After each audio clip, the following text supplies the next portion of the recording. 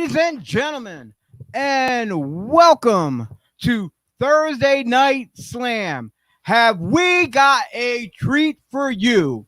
Not just one, but we got two guests on tonight.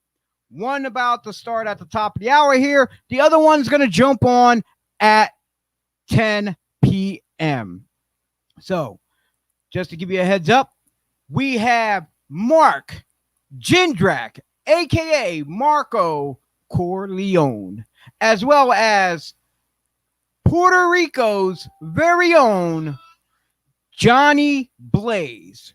But first, let me get the cheap plugs out the way, and I want to say welcome once again this week to my co-host, T.Reyes. What up, what up, what up? Greetings and salutations worldwide. And one more other guy that you people are quite familiar with, my other co-host, none other than Dennis Reaper. Dennis. What's up, guys? Can you hear me now? Yes, did we take care of the audio problems? I don't know what's up with the professional headsets. They're just not working. You know what, brother? We go through this every time on every single show. It doesn't get old, but you know what? Welcome to the business, kid. I know, right? Look, I'm just going to have to hook up the mixer and the amplifier for the headsets and just plug them in that way from now on instead of the USB, because I think it's the USB port that's having the problems. So, all right. Well, this is going to be a long night as usual, what we do. So let me get the cheap plugs out the way. First, a shout out to all of our Devereaux sports teams out there, all our podcast partners. You can check us out on devereauxsports.com. And we will also be in Last Out Media Studios in person, all the shows. But right now on Thursday night, you get us. That's right. Thursday Night Slam, which is under the Body Slams banner, as well as Breakfast and Body Slams once a month on Saturdays in studio at 10 a.m. Also, you get to see the Old School Show at 8 a.m. The Gobbler Inc.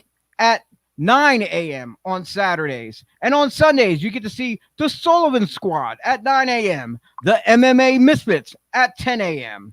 Now, and also to give a shout out to our affiliates, the Tornado Tag Podcast, Anthony Blackwell and Andy Header, every Friday night at 9 p.m. And you can catch them on all platforms. All you got to do is Google them.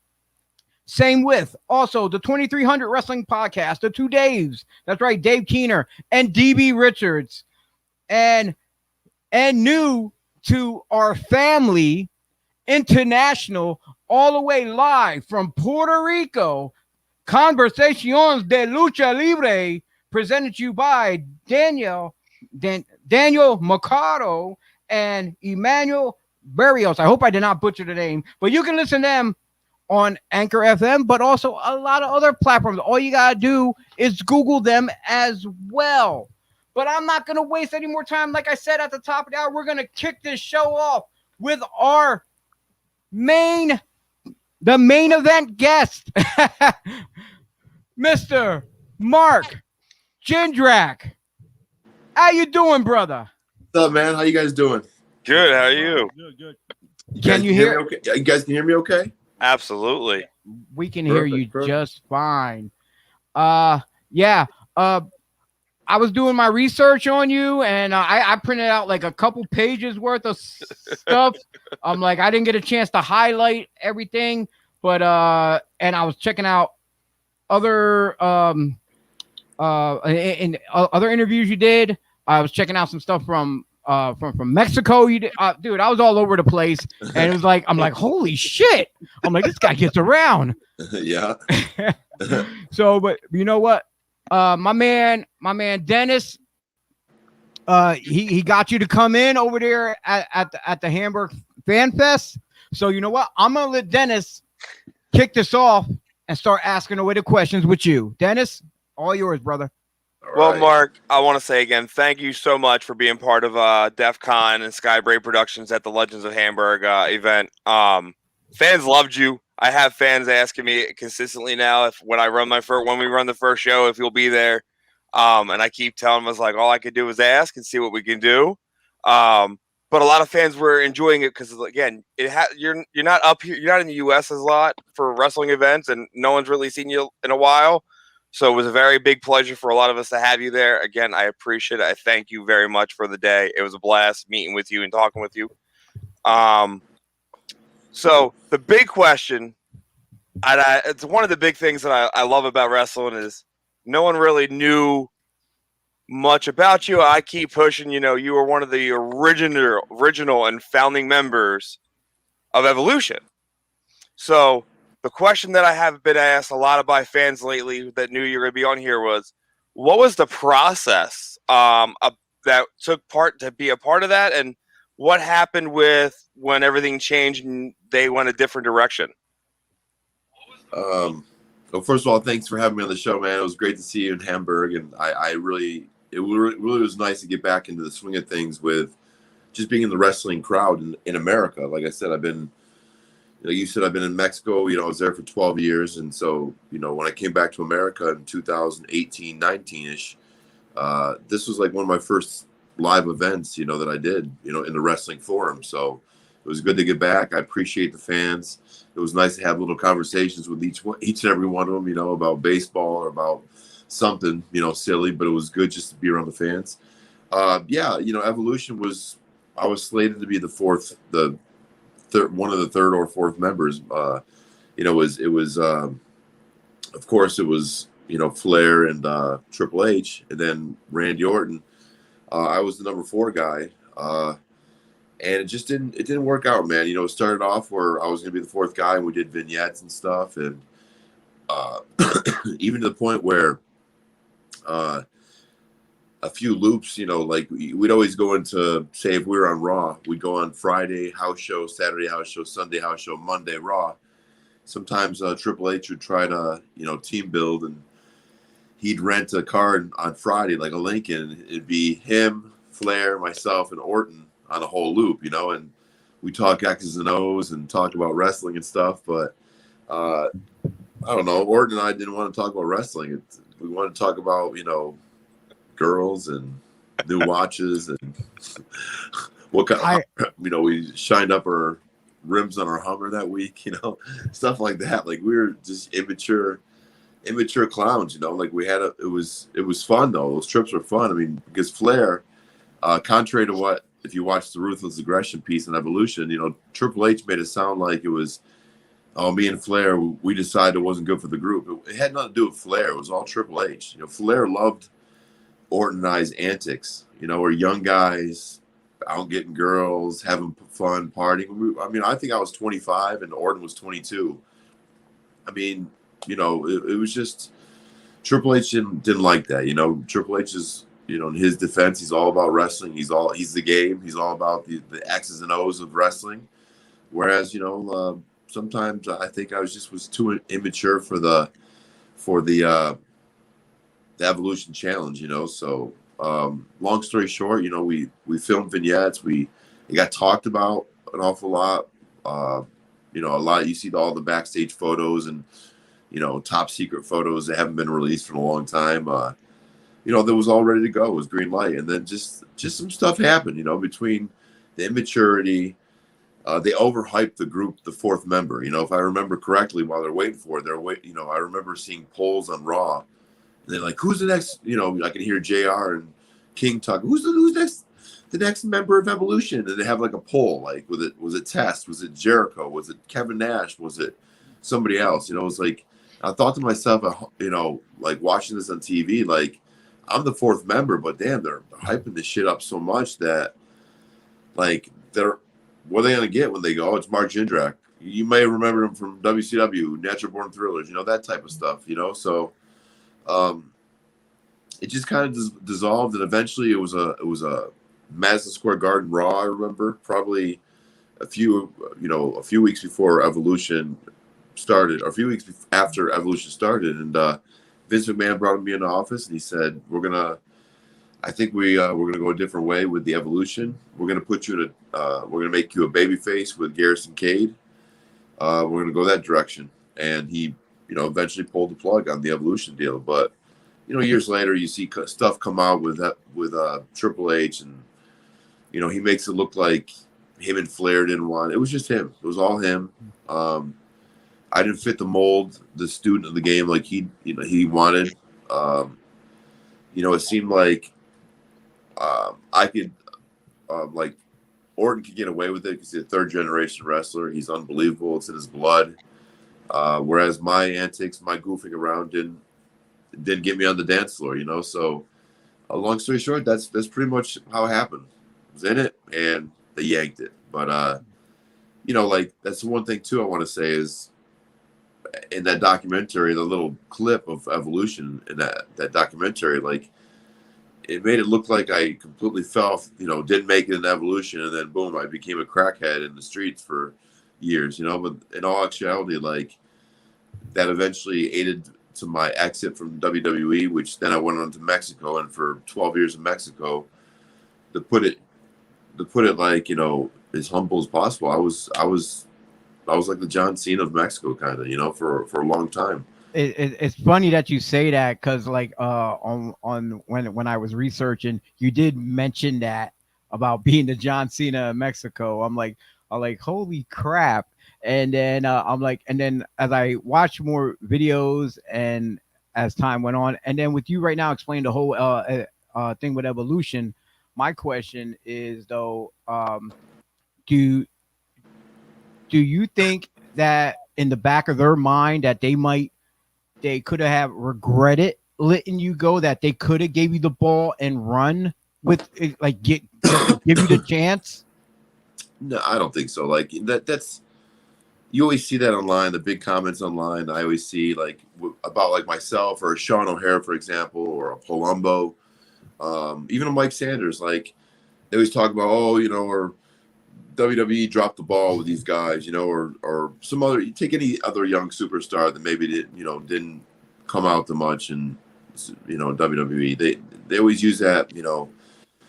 I don't think they have any regret. It's such a fast moving machine that you either fit inside you either get on the train and leave the station, or you just kind of get knocked off to the side, and some guys get knocked off the side, and some people have careers of 15, 20 years there, like I don't think there's any regret. I think just sometimes it's all about timing, right place, right time, right gimmick, right crowd moment, right angle, just everything for me was like, I don't know, it felt like it was swimming against water. I remember my first Nitro, it was against Jericho in Montreal, where earlier in the night they had these huge promos about the screw job thing in Montreal, so it was something tied into that. So basically when I came out and had a match with Jericho for like 7 minutes on Raw, it was like the most, anticlimactic like debut ever, and just things like that, just, and then I was on the fifth year episode of fifth anniversary of SmackDown,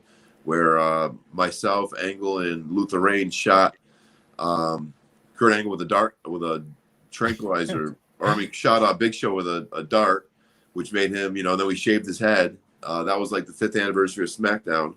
But like I was the third man in that group, like so I'm facing big guys like the Undertakers and the Big Shows and opponents like that, the Rey Mysterios or the Eddie Guerreros, but I was, catching losses all the time, like I was happy to be in those spots and work guys like that, but like I was always like the fall guy for somebody, or like the, that typical henchman character, and to be honest, like, in WWE, I just kind of never found my niche, I never found. It was hard to be Mark Jindrak. I didn't, Mark Jindrak's a guy who plays fucking old school Nintendo and collects baseball cards and, does goofy shit like that. Like, whereas, you know what? I think just from that little fun background you're just saying right there, and I see behind you with the sports and I think you will fit in good to jump in with the some of the Devereaux sports podcast teams that we have to come on air and talk with them about sports and stuff, because they go at it. But one of the questions I got, do you feel that you had a better time pre WWE when you were in WCW? Do you think they gave you more of an opportunity to grow there? No, I don't. I think I had more than enough opportunity in WWE. it's like I said, it was a collective miss. It was just a collective miss. Um, I was given a lot of TV time. I was in the ring with some big guys. And like I didn't I don't know if I didn't. I don't know if I understood it completely. I don't know if I was just put on these matches or doing these matches or like it. I'm worried about like 6-7 minute matches where sometimes it's not about that a quality. Sometimes it's about being aggressive, super aggressive, or I just had a hard time finding myself. It seemed, whereas you give me a character in Mexico and say, hey, you're now Marco Corleone, you're this guy from Italian, you're this, you give me a part to play, and I ran with it, and you were having fun. Having fun, like, and Yeah. it wasn't, I'm a different type of athlete as well, like, they always wanted to make me, because they came from WCW, like that type of, when it was the cruiserweight division was hot in WCW, and then over to WWE, they kind of were not experimenting, but like you could tell that Vince McMahon was still new to the whole smaller guys in wrestling thing, like it'd always been the land of the giants, and then all of a sudden, early 2000s, you see the Benoits, the Eddie Guerreros, the Jamie Nobles, the Shannon Moores, Shane Helms getting opportunities that weren't your typical run-of-the-mill 6'7" guy, that type of guy. And I just think that I was given a lot of opportunities. It just didn't, just Mexico fit me better. My style, my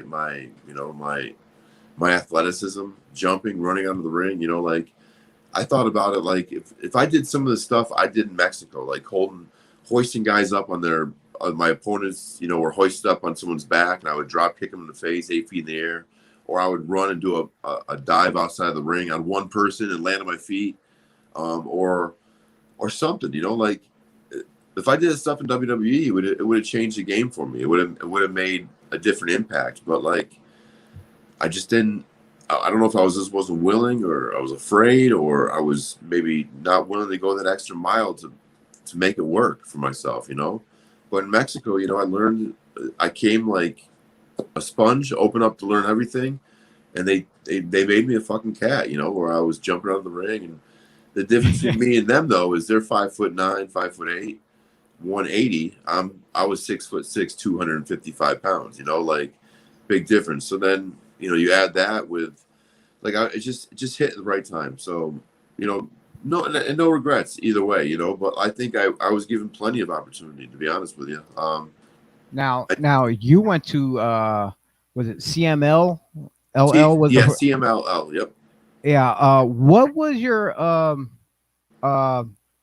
intake into getting in there? What was that the first company in Mexico that you went to, or who invited you? How did you get your foot in the door to go down there? Well, funny story. Like I had really known nothing about. I knew nothing about Mexico. And I traveled with Rey Mysterio and Eddie Guerrero. On the road in SmackDown towards the end of my run in WWE. But I didn't know anything about the Lucha Libre there. And then it was March of 2006, and I remember getting a call from Johnny Stamboli, Johnny the Bull. Okay, he and Chuck Palumbo were doing the FBI, the full-blooded Italian gimmick in Mexico, and they were in an angle with Ultimate Dragon, and some of his students or whatever. And it was like, like Italian guys, and that was in March. So they had gone and did like a little 2-week tour in Mexico, came back to the States. When Chuck and Johnny the Bull came back to the States, Chuck got picked up from WWE again. They called him up and said, hey, we want to bring you back on. They signed him. So now Johnny the Bull's like, I need a guy. I need another guy. And they said, hey, Mark, you want to come and play an Italian gimmick? I said, sure. So I came there, and they gave me the name Marco Corleone. My first match was like this Grand Prix, like it was like a tournament in CMLL. But my first like matches were always it was me and Johnny the Bull versus Alberto Del Rio, who was Dos Cartas Jr. there, and Liz Mark Jr., who was in WCW for a long time. So yeah, I saw that dive where you and Del Rio came running down the aisle, jumped over, and you actually landed into a pinning position when you did the high cross body over the top. I'm like, Yeah. holy shit! I'm like this boy can fly. I'm like, and I seen all the all the drop kick videos that you were doing. I'm like, hold up. So I started pulling videos of you. I found a YouTube page of someone. I don't know if it's someone who knows you or what, but they put a nice music video together with you and Rocky Romero doing a song. Oh, okay. So something. We messed around. We messed around doing music and stuff like that. Yeah, but like, I mean, it was a good time, man. The wrestling in Mexico was it slept on. You know, like people didn't really know about it back then. You know, it was really slept on, and I discovered a gold mine. You know, like I went there before it was kind of. Now you see, now it's so universal. Like ROH, a lot they start coming to the CMLL.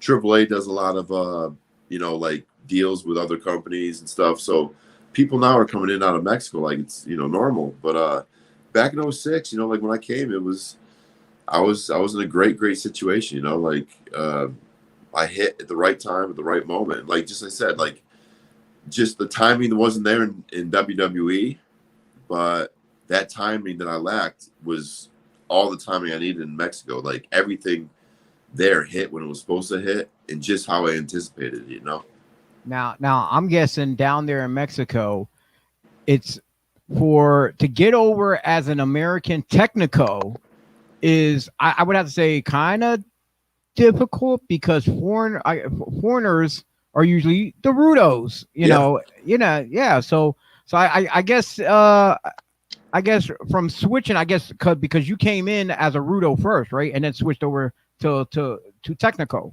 Yeah, it was. I mean, it was, and like I talked about, like swimming against water in WWE. Like I said, I always felt like I was swimming against water. In CMLL, my style of who I was as a wrestler and my athleticism, and like as I came, I was a body guy at 6'6". Like in Mexico, like it was just. I became like an athletic like specimen, like a phenom, So instead of swimming against water, I felt like everything was swimming in my direction. Like it was easier than ever. Even as a rudo or a heel, a rudo they call it.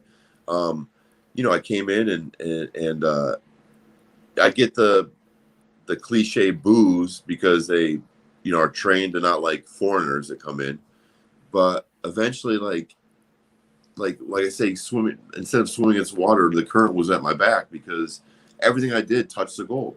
If I did that big plancha, that big crossbody from the ramp, it looked so aerodynamic and Air Jordan-esque. Like everything. Even the leapfrogs, I would do leapfrogs there, like just jump 35, 40 inches in the air and spread my legs out. Don't get me started with that. I seen you.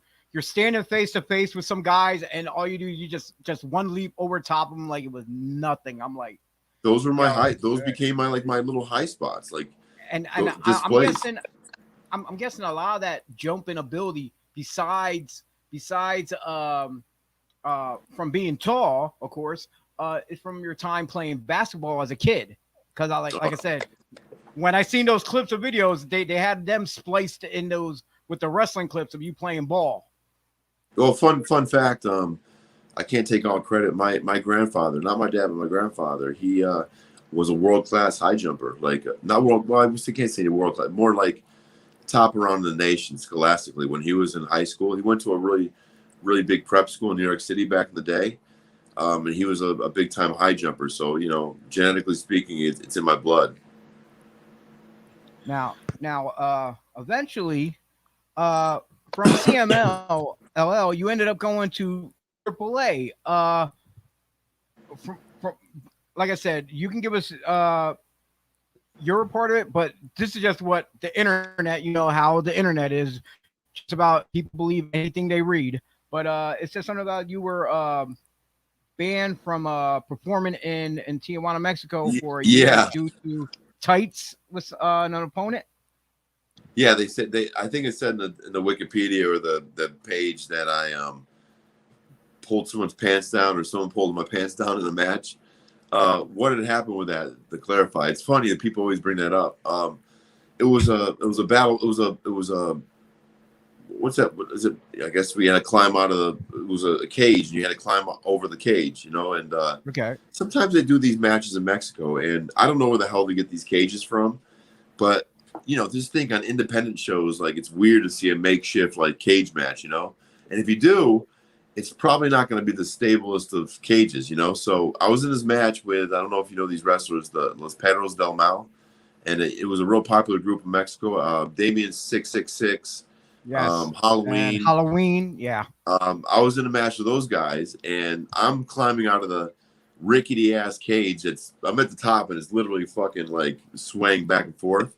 And the top, it's like your typical like cage, like a fence, like you would see out in someone's yard with those fucking like jagged ass things at the top. Like it was unbelievable, big, and you're looking down, and it's shaking. So these guys are jokesters. And, you know, and I, like I said, I was like the heartthrob type guy there with women and stuff. So as I was climbing out of the cage, this Damien 666 yanked my shorts down. So my whole ass cheeks, both ass cheeks were fully exposed, fully exposed. And I was at the top of the cage. I was nearly about to climb out of the cage, one leg and other leg. And I got up there, and first of all, it was, like I said, it was swaying back and forth. So I had two choices. Like literally leave my hands on top of these dangerous cage and fix my shorts, or just keep the shit like it is and just climb out to safety and then fix them afterwards. And to be honest with you, I didn't give a shit about my ass cheeks hanging out. I just wanted to get the fuck out of the cage because that shit was a walking tetanus shot, you know. And I jumped out. As soon as I jumped out, I yanked my shorts up. No, my penis wasn't exposed or anything. It was just my ass cheeks. And, you know, just the commission of Lucha Libre didn't like it there. And he supposedly suspended me for a year. But to be honest with you, But I it never was liked wrestling. I didn't like wrestling until. Excuse me? No, I was gonna say it was an accident though from someone else pulling your trunk down. It wasn't you pulling someone else's trunk down. No. It made me look super gay in there, you know, which there's no problem with gay people, but like I'm not gay, you know, so it looked like me doing some weird shit, like, oh, that's goofy, man. Pulling some dude's shorts down, like weird. I don't know. So yeah, to clarify that, yeah, that definitely didn't. What did happen like that? What happened was I got my shorts down, and it was a battle royal. It was a joke, and the commission didn't like it, and they suspended me. But it didn't matter because Tijuana was like, I remember at the time I had a guarantee for every match I did, and whether it was like, you know, next door to Arena Mexico in Mexico City or Tijuana, the furthest place I could travel out towards, you know, out of Mexico City, it was, I'd make the same money. So me being banned there for a year was okay because I hated going there anyways. Well, Mark, we have a question in the chat. He is the head of the Devro Sports group, Pat. He wants to know, Mark, what was the difference atmospheres from WCW versus WWE? But I want to add to that, what was the different atmospheres between WCW, WWE, and wrestling in Mexico, all between all three? The overall just stuffiness, you know, like WCW, I was young and you had some politics and stuff, but it just seemed like there was a lot of young guys and a lot of veterans. You know, you had the guys I watched growing up, the Rick Rudes, the Kurt Hennings, towards the end of their careers, the Kevin Nashes, the Scott Steiners, you know, and then you had like a new Goldberg, and then you had a bunch of new guys like Natural Born Thrillers and all those guys from the Power Plant, and it was kind of chill, you know. It wasn't quite like old versus new because the old guys were kind of cool, and they were making their money, so I don't think they gave a shit. WWE was very stuffy. You know, you fuck around and not shake someone's hand by accident, or you get a bad rap for something, or you know, it travels around like gossip. Very, very toxic, environment. And then Mexico was like, you know, it was like the wild, wild west. It felt like, you know, like I wouldn't say not a lot of rules. There was rules like anywhere else, like, but it was chill. You know, there was. I remember taking a taxi to shows, like a little punch bug taxi to shows where there's 13,000 people there, and you know, it's just a different atmosphere. Like locker rooms are old and, you know, musty, and musky and like but and metal and loud, but like it's traditional. Like the greats wrestling in Arena Mexico. It was just a very laid back experience. An experience I think I needed after WWE and my shortcomings with the Evolution thing. Okay, that's fair. We have another comment from Pat. He says, anytime Mark wants to come up and talk sports with us, he's more than welcome. He's inviting you to the Devereaux Sports Show. Sports family.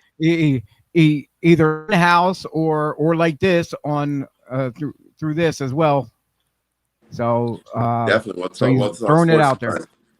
I'll have to talk my Yankees. Their playoff run coming up, and you actually got David Hughes, one of the guys from the 2300 podcast. Literally says, "Mark, our Jindrak, go Yankees." Go Yankees, yeah. Tonight my girlfriend is ecstatic that you're a Yankees fan. Dennis, you need to get a new girlfriend. I don't. Here's the thing. Listen. I'm going to say this because this was a conversation me and Mark had at the Legends of Hamburg. When you think about professional baseball, there's only two teams you talk about, the Yankees and the Red Sox, period. Two greatest baseball teams that have ever. Phillies. Well, I'm a Phillies fan, but I'm talking about like when you really talk about baseball, those are the two most famous baseball organizations, period. Like, there's no one. There's like when you grow up playing baseball. Like when I was a kid, I wanted to always hit a home run out of Yankee Stadium. I always wanted to hit a home run out of Red Sox Stadium. That's because you have the Green Monster and you have the Yankee Stadium where like every legend has ever played has been there. That's why like the two biggest teams in baseball will always be Yankees, Red Sox. That's why the feud is so good. Besides the whole Babe Ruth trade. But,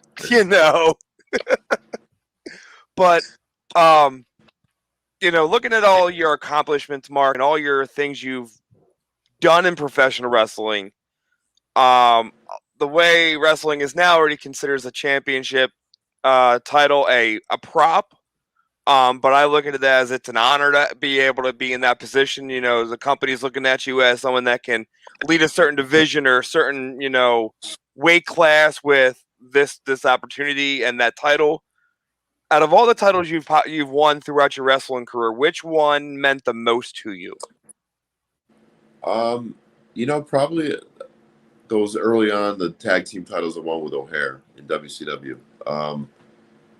That was kind of important because wrestling. I watched wrestling as a kid, but I started playing basketball in high school and college, and wrestling after girls came along, and I gave it up. I didn't care about it anymore. So to like forego a few more years of school to play basketball, and then decide all of a sudden like I'm gonna become a wrestler.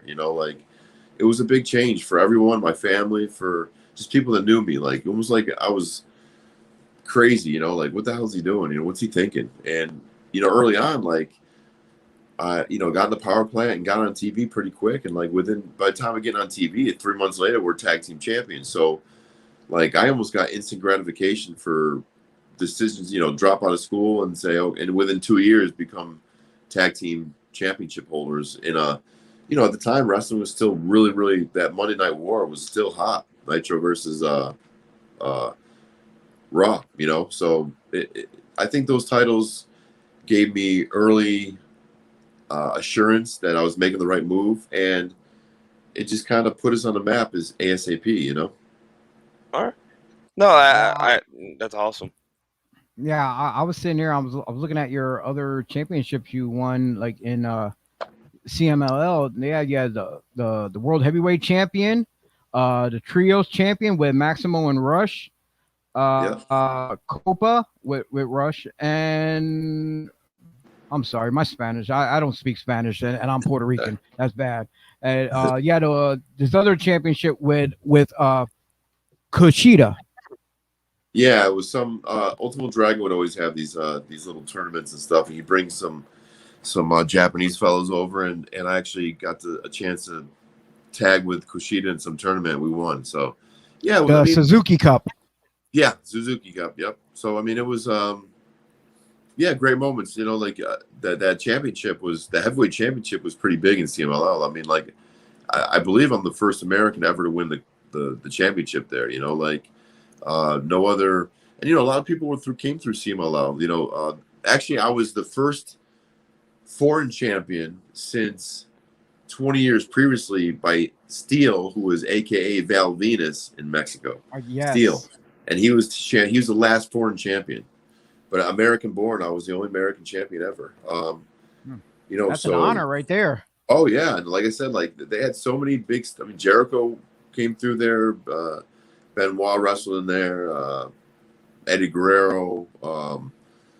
You know, just a bunch of legends. You know, and you know, but Vampiro was very big. You know, my biggest run, my run can be very compared to like Vampiro's success in Mexico. You know, like right wrestler, right foreigner at the right time. You know, the only difference was probably like I was a little more like a 2.0. You know, like I was bigger in my body. I was more like TV actorish. You know, like acting type stuff. So I was like I became a TV star in Mexico. You know, whereas you know, Vampiro, all his stuff came from like wrestling. You know, so. I got that video too as well. Of there's I have stuff queued up here on my board of you acting in soap operas. It's like like you know what? I'm gonna pause right here real quick. I'm gonna play some clips here and see what the fans think. All right. Dennis, this might be the first time you're seeing this too. Like I said, look, I've done my research. Me and him talked all about this at Legends of Hamburg. ¿Cobarde? ¡No soy cobarde! ¿Quieres arreglar esto como los hombres infeliz? ¿Ah? ¡Siéntate! ¡Cállate tú! ¡Cállate! Gracias, Cantu. Ay. Pero qué bonito perro. No me lo recuerdes, que estoy enojado contigo. ¿Por qué? ¿Está en este mundo Jesús García? La verdad es que le traía maravillosas noticias, pero algo salió mal. ¡Maldita sea! ¿Qué pasó? So yeah, I found out I had to like bring that. I'm like, oh shit, this is great. Some good shit. Look, my back hurts from those back slaps. Like I just think of back chops, and I'm just like, ow. Like that's that. Those were like stiff. Oh, they told you. That's the last thing you should ever tell wrestlers. Siéntate cobarde. Say that again, T. Siéntate cobarde. I'm gonna be using that from here on in. Siéntate, yeah. Sit down. Yeah, it's funny that you know we were trying to figure out at first, like, is he fluent in Spanish? And like I said, from stuff we found online, we're like, yeah, he is. So like, But my wife is Mexican. You know, my wife is from Mexico. She's here on a green card. So a lot of times our main language in the house is Spanish. You know, so my son who's 4 years old, he's bilingual already. So you know, it's yeah, I'm fluid. Like I knew he was, but I was talking to Chio the other day in a chat about when I'm sharing this on Twitter, I'm gonna tag, you know, CMLL, AAA. I want to get all the fans that have seen you wrestle down there to tune in because they might not have seen you for a while. And I'm like, I know that Chio and them are fluent in Spanish. I was like, so if Mark decides to start, you know, slinging out Spanish, I'm just going to sit back and enjoy this. But I wanted to make sure that if they would ask questions in this, and you know, in the dialect, that you know, absolutely respond to it in that dialect. I don't want you to, you know, people to like, well, he's only speaking in English. No, absolutely, answer in any language you want. But the wrong question I gotta ask, because at the Legends of Hamburg, you said I reminded you of a version of a former tag team partner of yours, of a Sean O'Hare, young version. What was your favorite things about working with Sean? I mean, well, Sean and all the Natural Born Thrillers, the guys from the power plant, it was almost like for example, my first time on the show was with Sean. I think we did some some little Saturday morning TV tapings or whatever. And then also, stuff like just the guys in general, like being on TV together with these guys was the best experience because it was going to school with a bunch of your boys, a new school for the first day with all your friends, like, oh, I'm the first day of school. I'm supposed to be nervous, but wait, I got 6 of my friends with me, it was their first day of school as well. So it was like, we got to stay in our little clique.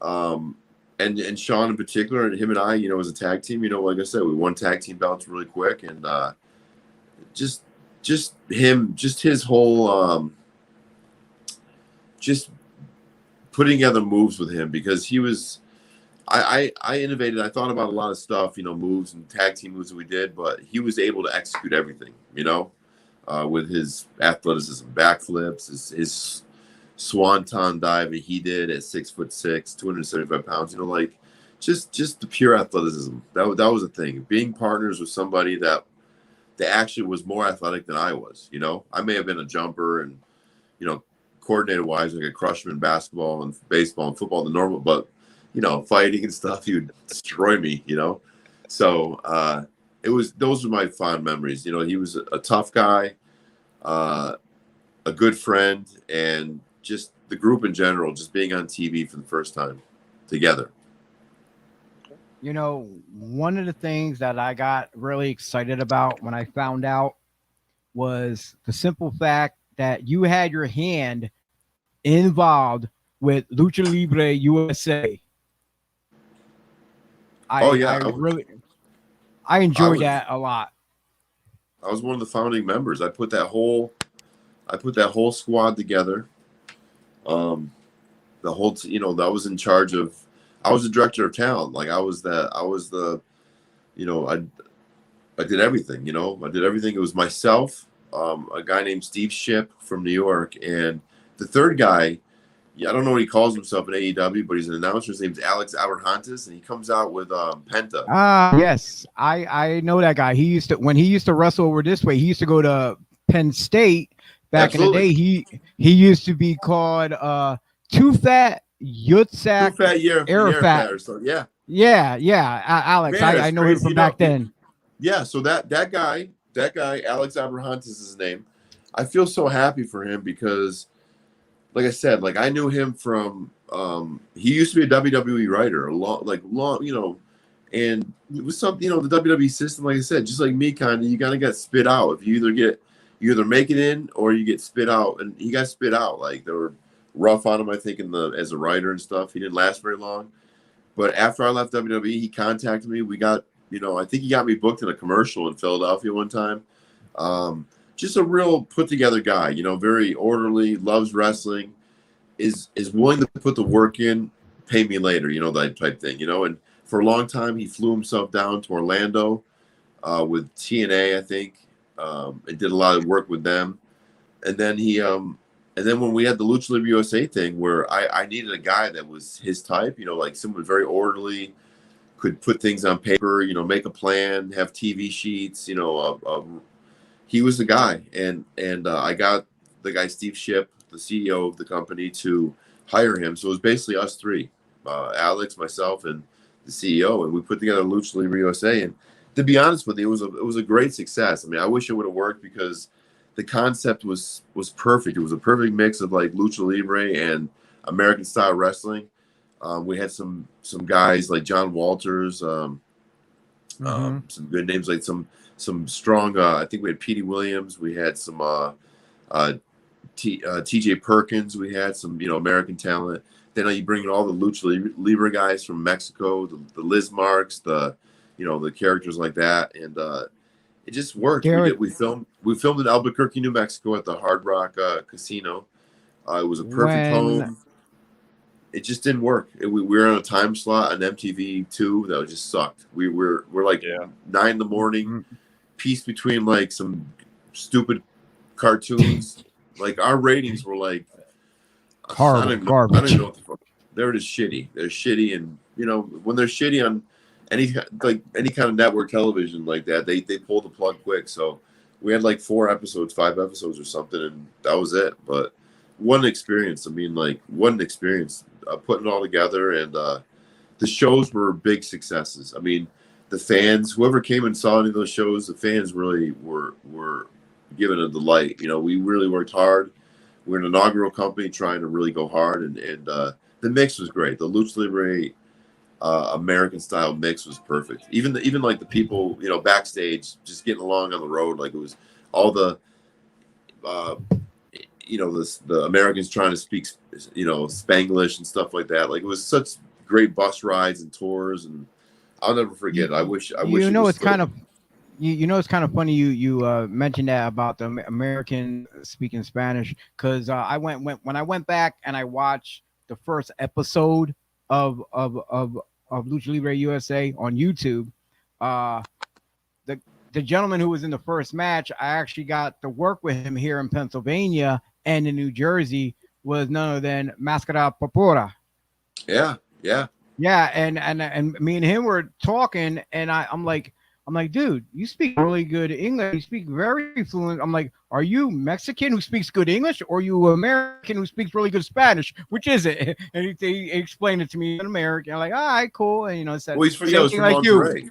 He looks American. He's got blonde hair or blondish reddish hair, like, or something. And I like, that's one of the guys I brought over. He was like in the first or second match, like the opening second match or whatever in Arena, Mexico, like a lot when I was like coming up in Lucha Libre, you know, the game. And I remembered all these people that I remembered, you know, like that were good talents. I brought them into America, and he was perfect because he was bilingual, you know, like he's from Monterrey, looks like a white boy, talks like a white boy, but also speaks Spanish, you know, so.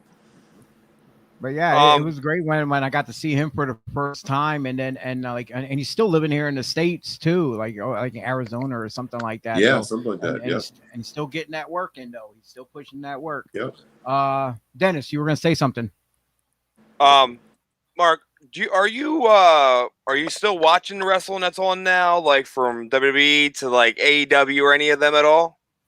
No, I don't even know what goes. I know, you know, obviously you know, now wrestling, like anything I follow online, like Bleacher Report or, you know, or some kind of, they always, or World Star or something, they'll show some clips of main wrestling stuff that's going on. Where this past week with CM Punk came back, so I saw that. That was everywhere. Also, I saw that Cena wrestled with Roman Reigns, and Lesnar came back with a man bun. And a man bun, clean faced almost, cowboy boots on. But no, like I said, I get asked questions all the time, but I didn't know if you did you by any chance get to watch the video of CM Punk's promo of when he came back at all? I did see it. Okay. I did. What was your thoughts on that by any chance? Because I know that's a question I got asked. That, you know, if you were on if you watched it, what were your thoughts on how he did it and how it went? I mean, it's cool. I mean, I honestly, you know, I don't really even know him. I've never met CM Punk ever. You know, like we've never crossed paths like a backstage of anywhere. Like I don't think we're at the company at the same time. So as a person, I don't know much about him, but just as a character, you know, like it seemed like the pop was so loud. He was so over that even like made him go out of character a little bit. Like, you know, he's a little more, to me, it feels like he's more a matter of fact guy. He's kind of snide, a little. He's not, you know, doesn't show a lot of emotion happy wise, you know, like he's kind of a prick, and that works for him. You know, the people love that. But you could tell when he was so over that he was doing stuff that I just don't, you know, like jumping into the crowd and just smiling, you know, and obviously the content of his promo was awesome about he's back, it's this date. So that was all cool. But like, it's just amazing how over he is. So it didn't really matter what he said or what, you know, the matches now, it's like the possibilities are endless, you know. So it's a good thing for wrestling. I mean, and then WWE, because I mean, look, Vince McMahon can say his shit about, you know, there's really no competition and stuff like that, but they feel the competition, you know. It's competition. Like, it's competition, and you start feeling like not things swaying or switching, but like, you know, I mean, don't let too many stars go that AEW is going to pick up, because he's letting quality guys go, you know, and AEW's appealing to a lot of guys that don't want to wrestle in WWE, like a CM Punk, you know. So it's amazing. It's really, really amazing. The tides are turning quickly. But also WWE, they have to put on a great show. You know, you knew SummerSlam was going to be good and packed with surprises because AEW just pulled a rabbit out of a hat. Yeah, and it wasn't even a rabbit. They told you it was coming. Like, hey, we're going to tell you a fucking corny joke, and you're going to laugh no matter what. And they knew it was coming. You know, like in WWE, they got a little more surprise tactics. You know, bringing Lesnar back and stuff. But like, it's crazy when you tell wrestling fans what they're doing, basically, and the secret's out. And like, they didn't care. They didn't care. It was like that's what I loved about it. It was like they were telling everybody, "Hey, we're bringing you this person, the best in the world's coming." And I kept swerving to going, well, Daniel Bryan really was the best in the world back in the day before CM Punk was. So it could be either one. But then Tony Khan pretty much that day of the show going, listen, I'm not going to I don't disappoint people. I'm telling you flat out, tune in tonight. This is something y'all have been waiting for a very, very long time. As soon as he posted that tweet, I knew exactly that it was CM Punk. And like I posted on Facebook, I was like, I was watching it. All eyes were on AEW that night, just because of a rumor. Is CM Punk back? And it happened, you know. And I love this promo because, like he said, he left professional wrestling at this time and he's back because WWE is a sports entertainment world. It's not professional wrestling. They're called professional. They're entertainers. They're not wrestlers anymore. You know, I wish that you would just call them professional wrestlers and not sports entertainers. But I get it. It's a different platform. It's a different scenario there. And this comes from multiple guys from there that they're tired of being an entertainer. They want to be professional wrestlers and they want to have fun and allow their input to be taken serious. Like, hey, I get that we're going this direction with my character, but I think we might need to go that way for more of an appeal to the fans because we're losing their interest. You know, and these guys are like, Vince doesn't want to talk to people. It goes to one guy or three guys, and it doesn't get to Vince. And you maybe get a 5-minute window with Vince, and then if you blow your shot, you blow your shot. And that sucks. And that's come from like Chelsea Green and all of them. They've all said like, we've sat down with Vince and we had our opportunity and we blew it. We didn't know what to say because you don't get your opportunity with him as much.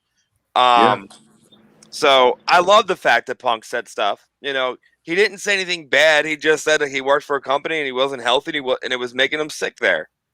Yeah.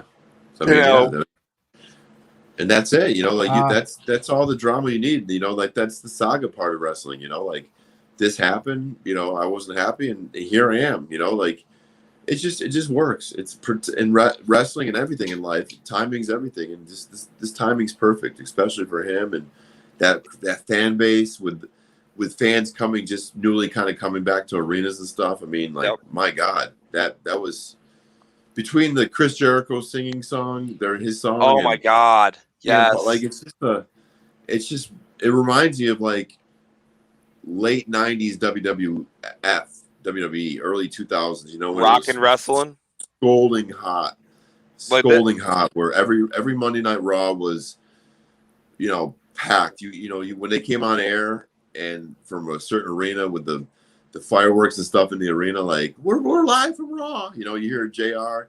Those times were so amazing. You know what I'm saying? Like it was so amazing. Such a great time. And I get that same feeling like now with AEW that they're just everything they're doing everything for the fans. And you know, they always say, you know, it seems like they always used to say in WWE, you know, you work to the millions out there on the TV cameras. You know, doesn't matter what's going on in the crowd. You know, where I think AEW takes it the other way. Like if the people outside in TV land see what fun's going on inside, they're going to want to come out to the arena when they come to their hometown, and that fun is just going to you know magnify 1,000 times, you know, to people on TV sitting at home. So I think it's great. Like at AEW, I think it's cool. I think you have a cool owner with some money. You got young talent who are kind of getting more and more experience every day.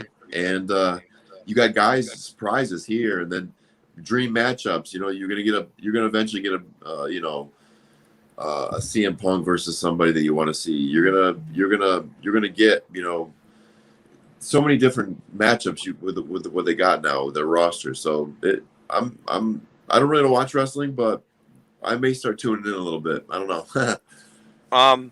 There's another question in the group in the chat from Pat again. Pat's been hitting with questions. Who is the most influential person on you in the business? As well as what was your relationship with Garrison Cade? Well, Garrison Cade, I'll say first of all, he was a great partner. Oh, you know, good friendship with him. Nice guy. Sucks that he died. You know, like sucks that a lot of people die before their time in wrestling. It just sucks. But to have him as partner, it was one of these things where you didn't ever have to worry. You know, he was.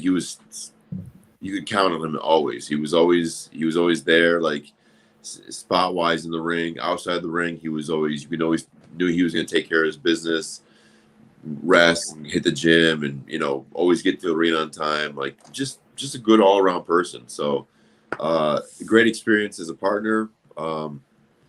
Wouldn't change it for anything. Most influential person in wrestling for me was probably, I don't know, like early on, I think maybe a Kevin Nash. Kevin Nash was really influential to myself and a lot of others in my Natural Born Thrillers group. Whereas a lot of WCW stars, when we came on, might have been a little, you know, standoffish or just like flex their star power. Kevin Nash was very, very open and inviting and trying to make us, you know, like feel like one of the boys, you know. So influential, like probably Kevin Nash early on. All right. You know, we're pretty much out of time because we have our other guests on standby. That's right. The Yankees about to start. The Yankees about to start playing Oakland on the West Coast. So. Oh, he's like, look, the Yankees are coming on. I gotta go watch the game, man. Yeah. I got one final question before you go. For meet and greets, for anyone who's looking to book you for anything like that, do you have a link or something where we can reach out to you for anything like that? Man, I mean, you can get a hold of me on like any one of my, you know, social media, like the Facebook, Mark R. Jindrak, or Instagram. I think it's at Jindrak1. You know, I'm pretty active. Like I'll answer messages and stuff. Like, you know, like I don't get crazy traffic. I can't answer everybody. So just hit me up on social media and we'll exchange information, phone numbers, and all that shit, and talk business. But yeah, just hit me up on one of my social media. I got a question. One last. No, go ahead, Tigu. You go. Comidas Americanas or Latinas? Which one do you prefer? Say it again. Comidas Americanas or Latinas? Which one do you prefer? Latinas or gomitas? No. Comidas Americanas gomitas or Latina? Comida. Oh, comida. I'd say Latinas. I'd take Latinas. The world does too. I'll take the Latinas. You can keep your pollo. You can keep your fucking pollo. Mira. I like chicken. No, mi pollo. They're pollos. I'll keep my Latinas, my Latin women. So. Oh, that's great. I have one final question, and this is something that I would love to know, and I know a lot of fans would love to know. Is there a possibility of you wrestling again? I know it says you retired in 2018. Are you officially done wrestling, or if there was ever a chance or an opportunity, would you get back in the ring maybe for a one-off or anything? You know, to be honest with you, I don't know. Right now, I haven't wrestled. The further I get away from the date of retirement, it's just you guys know, like to enter that realm of wrestling is you got to go to a place. And a lot of people listening are not going to understand that if they've never been in the ring or taken bumps and stuff. It's just it's a tough transition to fucking your whole body up again. You know, like right now I'm kind of normal and shit, and I don't know if I want to go through it again. You know, so Yeah. I don't know. I never say never, but like as of right now, I'm cool playing with my baseball cards and watching Yankees. All right. Well, Mark, thank you very much for coming on to the show. We really appreciate it. You're a great guest. You're great at the Hamburg Fan Fest as well. Dennis, thank you, brother, for reaching out to Mark and getting him on here. And like I said, just none but great praise, brother. You know, like I said, I went back and seen all the footage that I literally researched for, like, if I was going into school, like an essay or whatever. And like, I'm like, holy shit, I didn't know all this stuff about Mark. And like, it just made me a bigger fan than what I was before. Man down. I took a bump. I just told you. I told you never say never. Like bump. That's his first bump in a while. The first bump in a while. That's great. All right. You enjoy those Yankees. I'm not gonna hate on you. That's your I got team. no help. I got no help from the Phillies this past few days. They did nothing with the Rays. No help. Look, Bums. you guys helped the Bums. Phillies by taking out the Braves, and I appreciate that. But, dude, the Phillies just, again, I'll say this, we had this conversation at Hamburg. Our bullpen just sucks. Yeah. Our bullpen just sucks. Like, and I love the Phillies, and I'll root for them till the day I die. But if we have to do anything, we have to pick up bullpen pitchers to do something, and AKA get rid of a bullpen coach because he doesn't know how to teach pitching if his life depended on it. He's just trash. But Mark, thank you again guys. so much for being here, man. I appreciate it. I'm going to reach out to you in a little bit through text because I did have someone that wanted to reach out to you about a date, but I didn't want to do it. Give out numbers or information. I wanted to talk to you first. All right, sounds for good, man. contact. Hit me up, man. Hit me up, bro. Sounds Not a good. problem. Definitely will.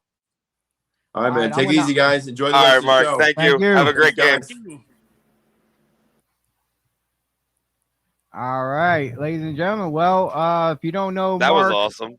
Mark Jindrak, you know what? I'm going to play this short video of highlighting some of his career. And when we come back, I will have my next guest ready to come on. So check this out.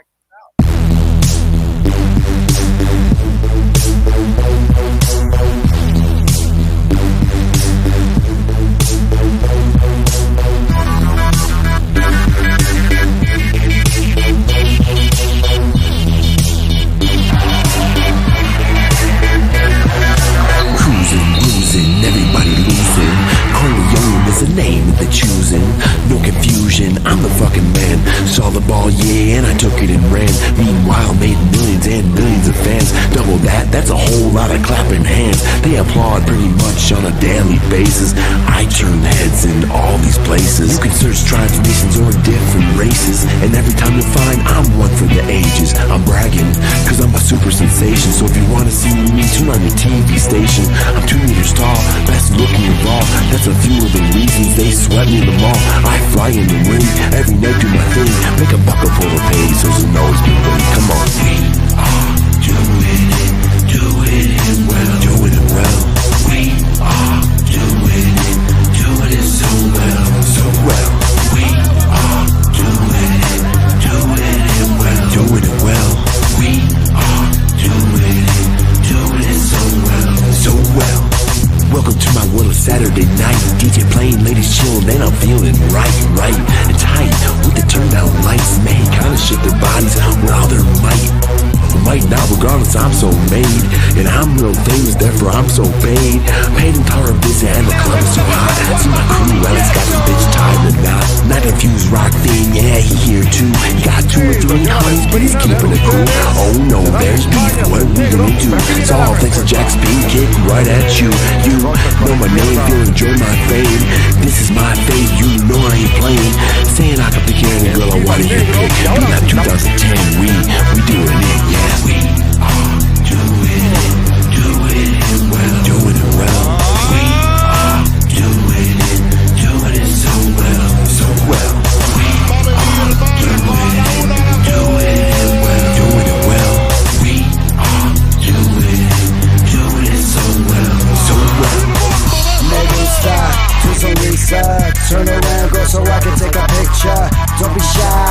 be scared, you know rock till I got your handle over here.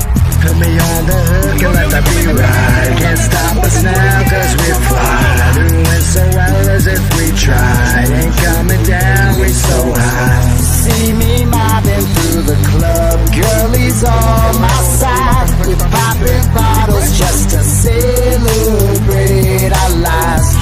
Baby's moving next to me, she's looking fine. Rockin' I'm meant to do with you and it tonight. We are doing it well, doing it well. We are doing it so well, so well. We are doing it well, doing it well. We are doing it so well, so well. Wow. Mr. Dennis Reaper stepped away for a little bit, as well as my other partner, T.Reyes. But thank you for staying right here, right with us. Like I said, once again, I want to give a much praise and shout out and a big thank you to Mark Jindrak, aka Marco Corleone. It was a great conversation, but we have not one but two guests coming on, and we're getting ready to have him sit down and join us right now. Oh, here comes T right now. Welcome back. I'm not the second guest. No, it's not the second guest. I don't get invited to shit ever. You got invited back here, didn't you? That's because we like family. Wait, did you get a fresh cut? Yes. Okay, me too. I got that fresh baldy going on too. But I actually have hair. I can't do that. But yeah, coming up next, all the way from Puerto Rico, international star himself from National Pro Wrestling Alliance, none other than I hope I say it right, Renegade. Well, it's a renegade in Spanish. Was it Renegade? Gato. Well, I butcher everything I say. Man. Mr. Johnny Blaze.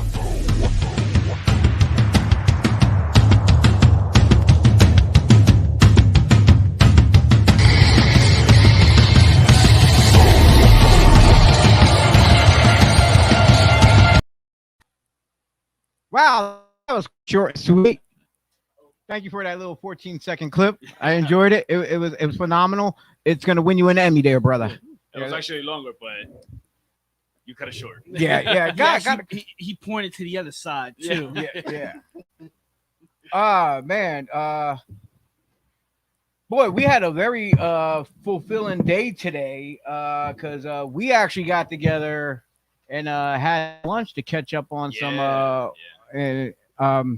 and me and you actually go way back before you even when you were just a little pup still in school. What I forget how old you were when I met you. I was young. I was really young. I was into that backyard crap. You were a baby. You're a baby. But you know what? Let's jump right into things. The traditional question, as everyone is always asked, is what got you into, well, not what made you fall in love with professional wrestling before you even had thoughts about getting into wrestling? See, I can tell you, I always wanted to be a cop. I always wanted to be a policeman. And what really got me into wrestling, what made me into a wrestler, is my father and my grandfather. They're not wrestlers, but they are one of the biggest fans that could be in wrestling.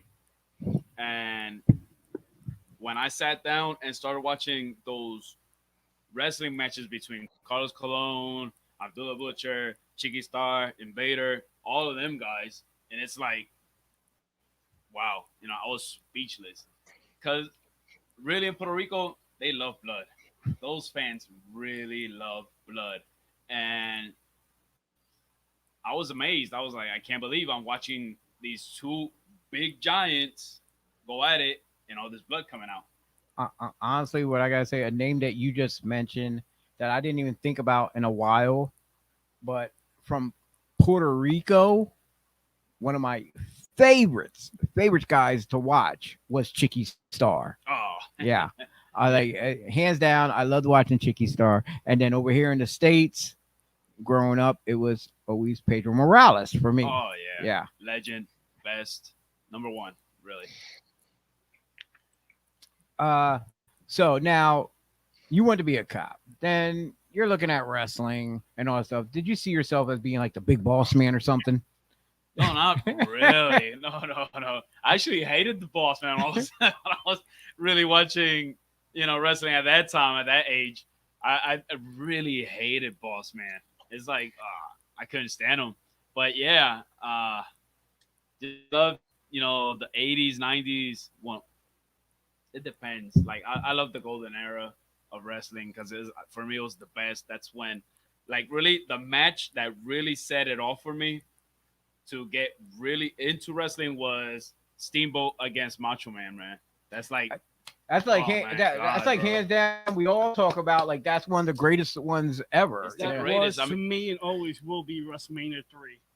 Yeah, it's like even though that one there 3 was built on the back of Hogan and Andre, they stole the show, bro. Savage and Steamboat is like follow that. Yeah, like so hands down. It's basically the blueprint of our lives. That's what it is. Yeah. That's what that match is. It's the blueprint of our love of professional wrestling. You know what's funny though? I was just thinking about this just now. Is like if you go watch the first AEW pay-per-view they did, between who was it? Jay Lethal and Flip Gordon. They mimicked the whole match of Savage versus Steamboat. It was great. Yeah. It's funny as hell though. I would like to look that back up and watch it one more time. It was funny. It was funny. It was like almost, I can't say identical because you can't. It was damn near close. It was close, but you can't never have the same match as those two legends of wrestling. Seriously, it's phenomenal. And like even the build up to that match, it was like, what's gonna happen, man? I'm telling you, I seen all those videos and everything, and I still time to time go into YouTube and look for that match because I can sit down and watch it like a million times. Like so bad right now. Like as we're talking, I just want to call you Cito because from back then, I like. But Johnny Blaze. I'm not like till this day. I'm still not used to that. Still, like but it happens. Whatever. Yeah. So by the time we It's met been each years other, I haven't heard that. yeah, because I always say Lucito. Yeah. but yeah, like me with people like there's people who call me by my shoot name, Yeah.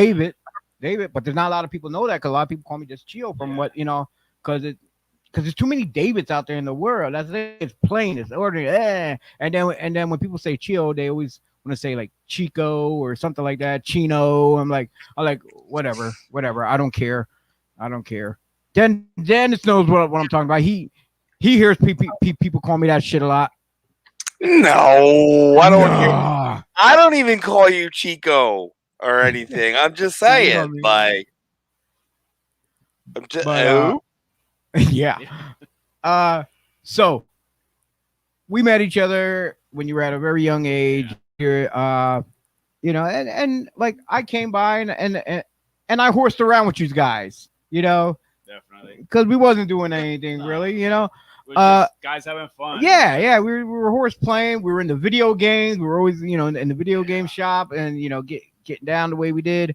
Now, when you looked about getting into wrestling, actually, how did you find out about because you went to the dungeon first, correct?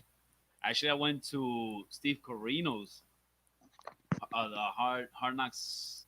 It was a hard knock school or something. Yeah. Was that it was on Fifth Street Highway. Crew school. I am first graduate. Hello. Wait, it was on Fifth Street. Yeah, it was like he had it on Fish Street. The and school was on Fifth Street. Yeah. You should know that. Well, I know Cruel School, but he's saying something about Hard Knocks. No. He didn't get the name. He doesn't know the name correctly. Yeah, I didn't get the. oh, it was oh. yeah. I mean, it's been so many years. So he but came after Yeah, he probably went to Steve's school, and I don't know. when I wasn't there. Actually, when I went, it was Rapid Fireman Donato. Yeah, that was the Cruel School. Yeah, he was actually taking care of that school because Steve, I think he just started going back and forth from ECW and all that stuff. I seen that man like 2 times. Yeah, like literally. Actually, 3 times. The only time I seen Steve was the first day I got there. Mm. I was like so dehydrated. I was so skinny. I had no body. First day, I didn't know from a wrist watch to a wrist lock. I mean, I didn't know anything, but I just loved wrestling. I wanted to become a wrestler. And he goes, "Do you know how to take a bump? No. You know how to do anything? No." You're gonna learn. He said literally that. Oh, you're gonna learn. I don't know. I don't remember what I did, but I know like he was actually talking and like I goofed around a little bit, trying to be the funny man. And he goes, "Oh, you want to be funny? Do you? Okay." He just like grabbed me. He goes, "Let's go to the corner." All of a sudden, he just put my shin up, to the side. Wham! Went straight to the floor. That dude. It sounded like a chop. Oh, that dude chopped the hell out of me, bro. So bad. Then he had me running ropes. He had me bumping. He had me doing so many things. I started throwing up outside, and he, "Don't you dare throw up in my ring." So I was outside just throwing up, puking, and literally looked at me and said, "So you still want to be in pro wrestling business?" I said, "Yeah." He goes, "You got heart, kid. You have heart." Now, one thing I definitely got to ask you right now, and it has nothing to do with wrestling. Now, I hear you with the accent, and I know you've been over in Puerto Rico for a long time, and you were here in Reading. Now, was you originally born here in Reading, or were you raised in Puerto Rico, then came here to Reading or did you pick up the accent while you were over there? No, I was actually born in Puerto Rico. I lived there until I was like in first grade. Then I moved to Reading. From first to like senior year, I was here, and that's when during that course is when I went to wrestling school. And when I got finished, I decided to go to Puerto Rico and build my name first there. I mean, I actually wanted to wrestle here, but like my dream was always wrestle in Puerto Rico. I always wanted to be around, Carlos Colon, the Chiqui Stars, and all that, because that's where my love for the business came from. So I wanted to go down there for that. So now you wrestle in Puerto Rico, you wrestle here in the States now. If back then, if you only decided to just wrestle here in the States when you started out and you just constantly wrestled here, do you think you would ever had the opportunity to go to Puerto Rico and wrestle right now? Or do you think you would have been stuck with, like mentally, like, okay, I'm working here, I'm working there, and don't feel like you wanted to go then? No, see, if I would have stayed here in the States, I know I would have just stayed here. I would have just worked like all the territories I could have worked. And I didn't see myself working in Puerto Rico for the reason that I didn't have those connections in Puerto Rico. I couldn't say, hey, such and such, I needed some work. Can I go to Puerto Rico to find out how's wrestling down there? How's the lucha libre style down there? Yeah. Because down there's lucha libre, and no, I didn't see myself working in Puerto Rico. Maybe that's what like one of the decisions I took for me to go down there and work first over there, because I had more connections up here. Like I had you, and I had a couple of guys that I know, Dennis, and I know that I could. Hey, yeah, you're here. I know. So yeah, it's easier for me to come to the States than it would have been easier for me to go to Puerto Rico. Okay.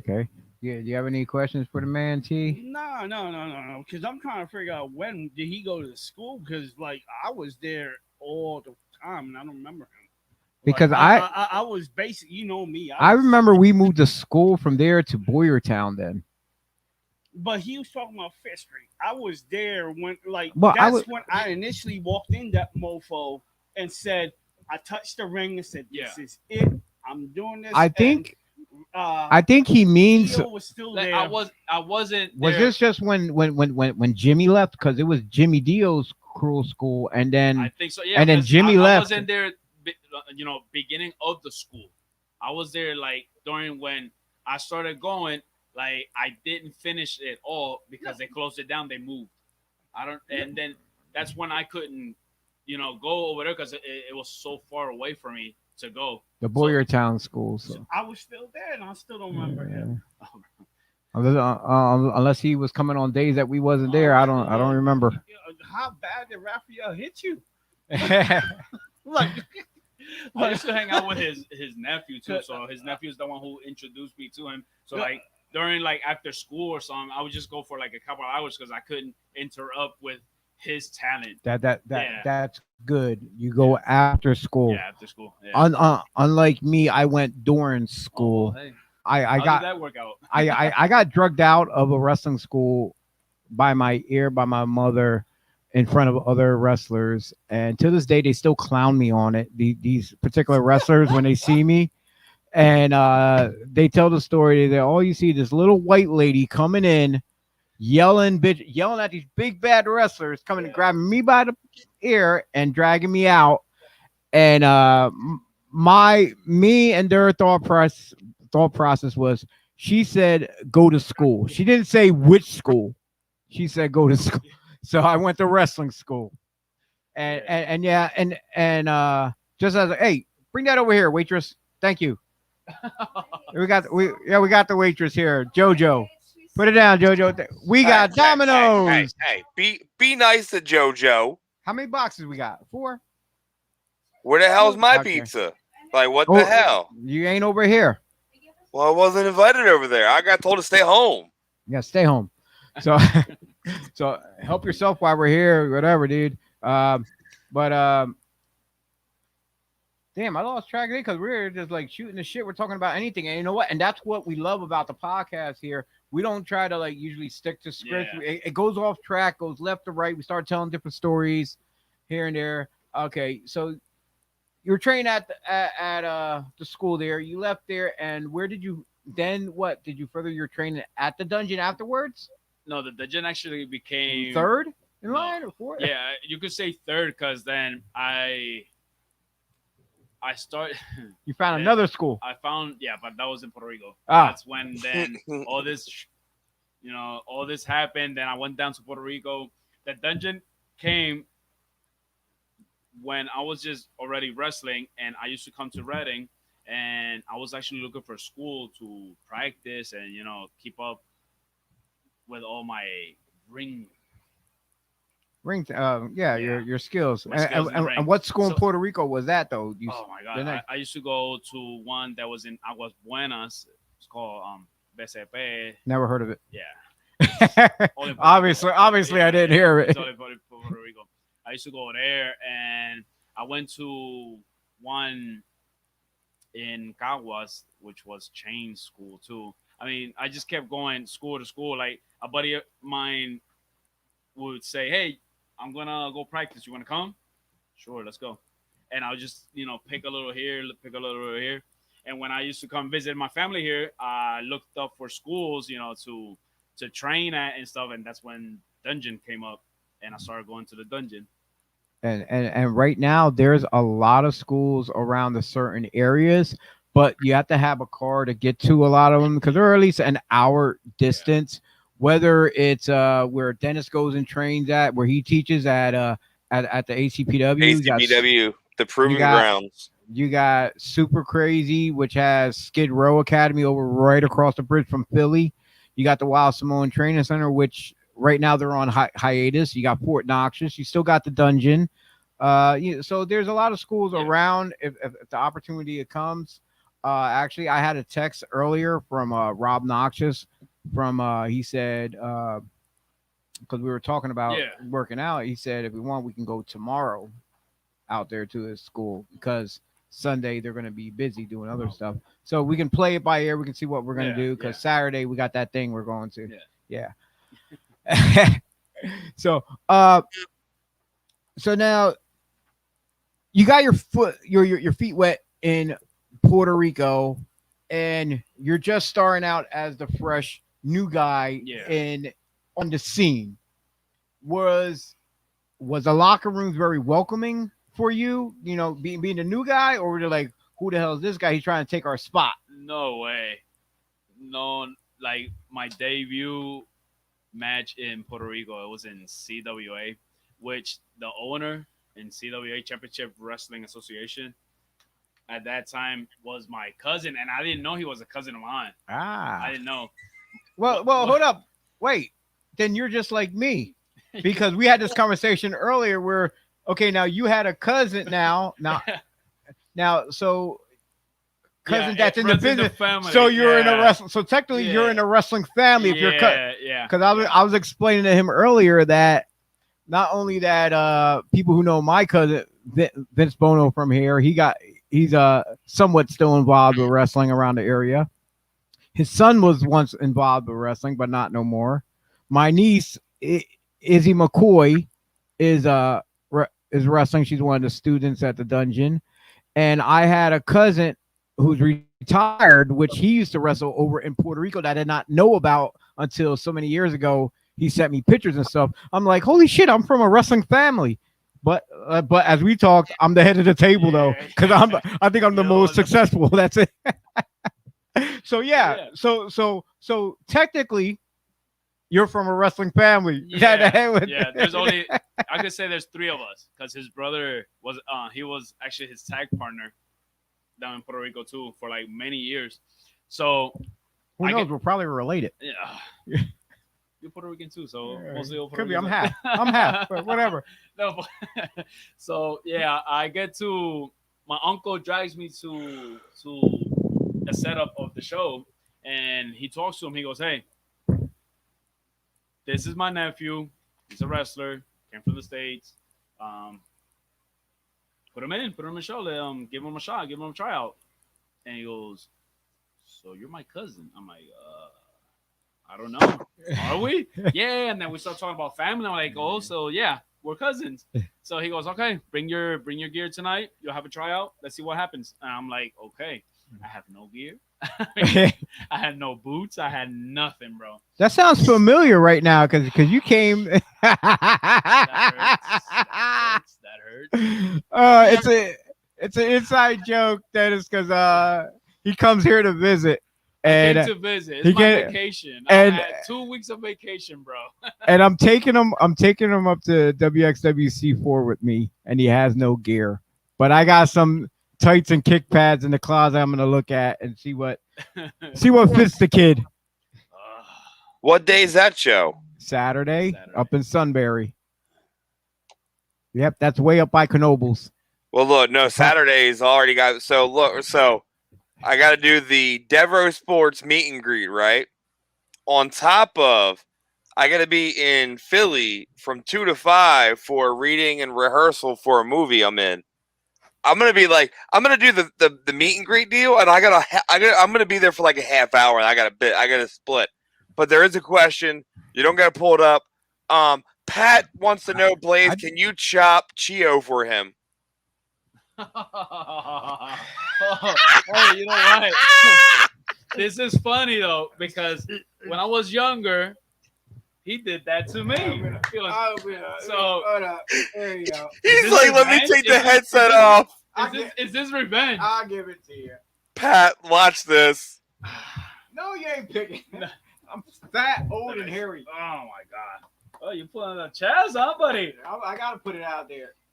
Just a little bit. Wait, get the mic. You wanna hold the mic? Just I don't think a little love tap, brother to brother. Little love tap. Little love tap. Was that loud enough? Pat's probably like, watch him say like, that wasn't hard enough, guys.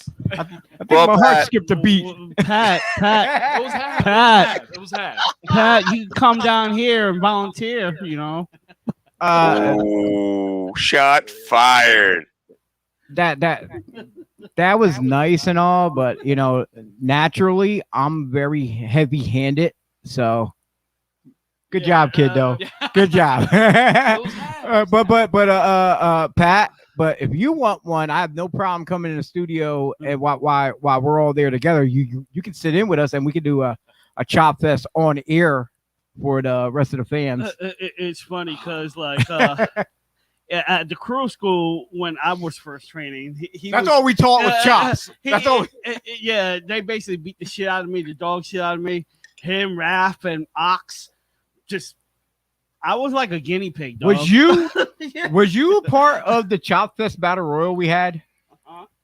We had IWA, we had a Chop Fest Battle Royal, everyone. Yeah, And- I bounced and laughed. And the thing was, okay, the final 4 guys were already, queued up and this and that.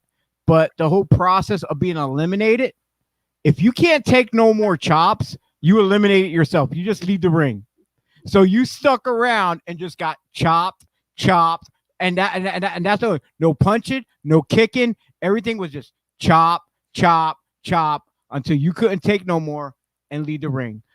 Out of all these years that I've been in this business, only one man has ever chopped me the hardest ever. It almost made me tear up.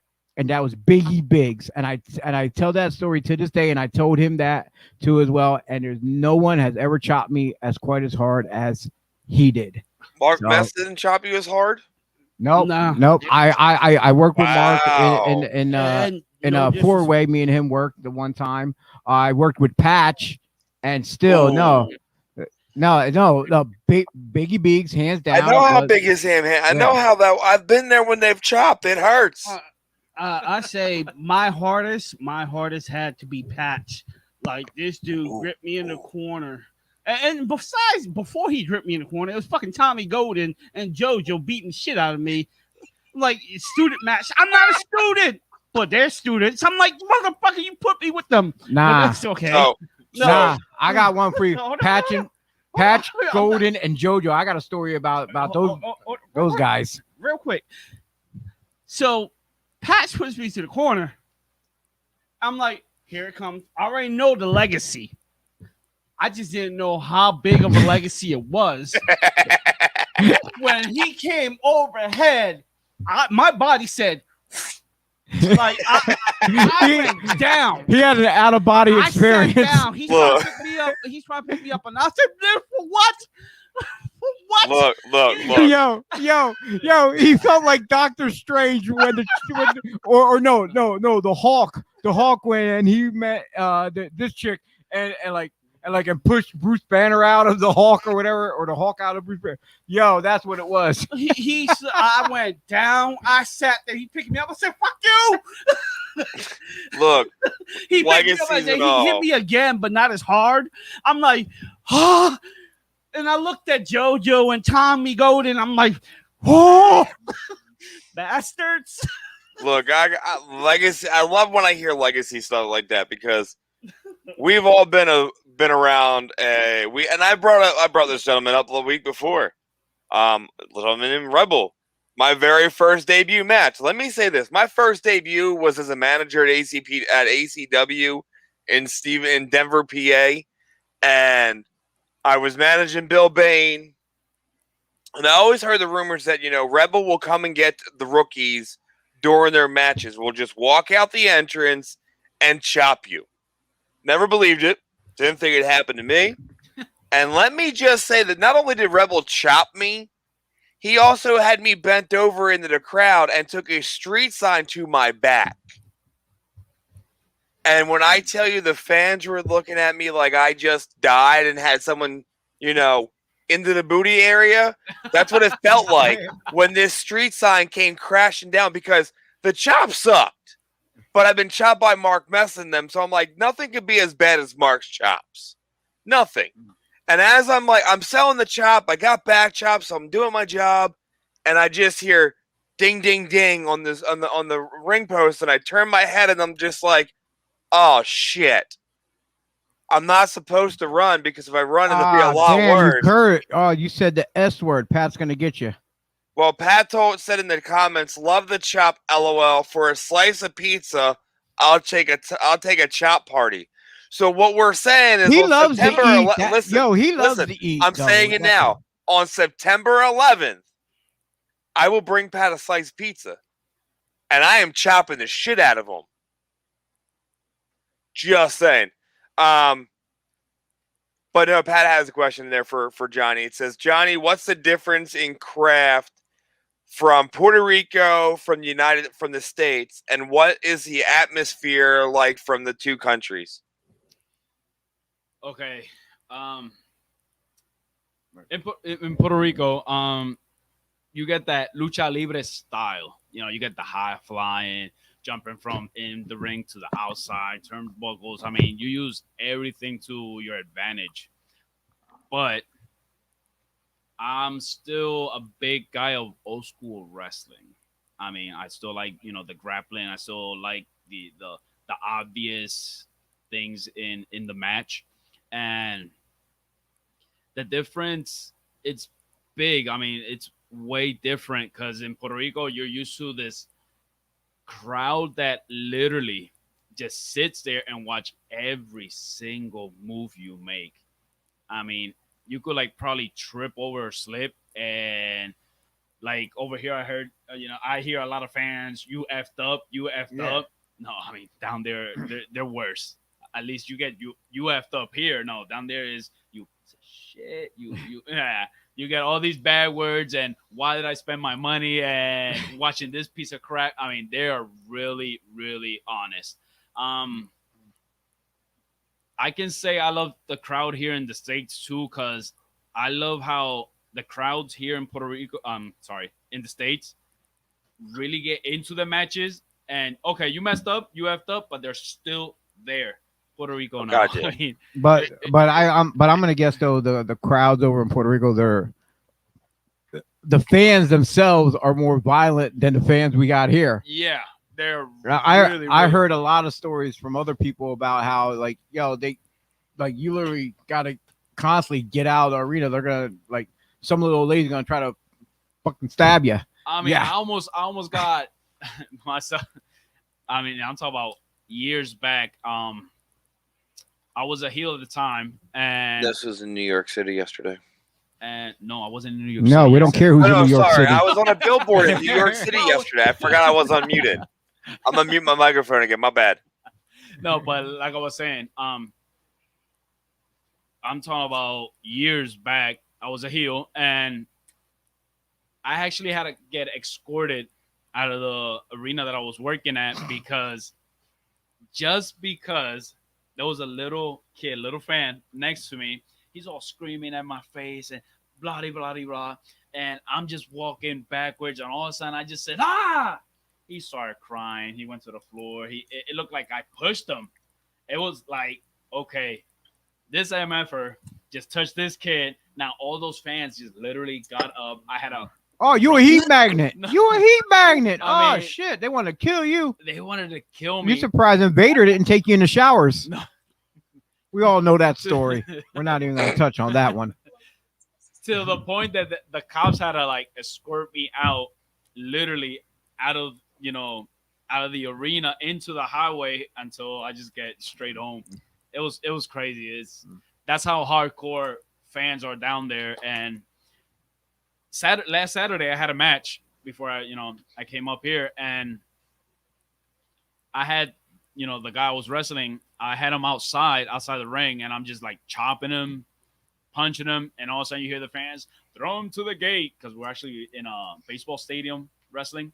Throw him into the gate. Throw him into the gate. And you know what? It's funny you mention that, because I noticed a lot of the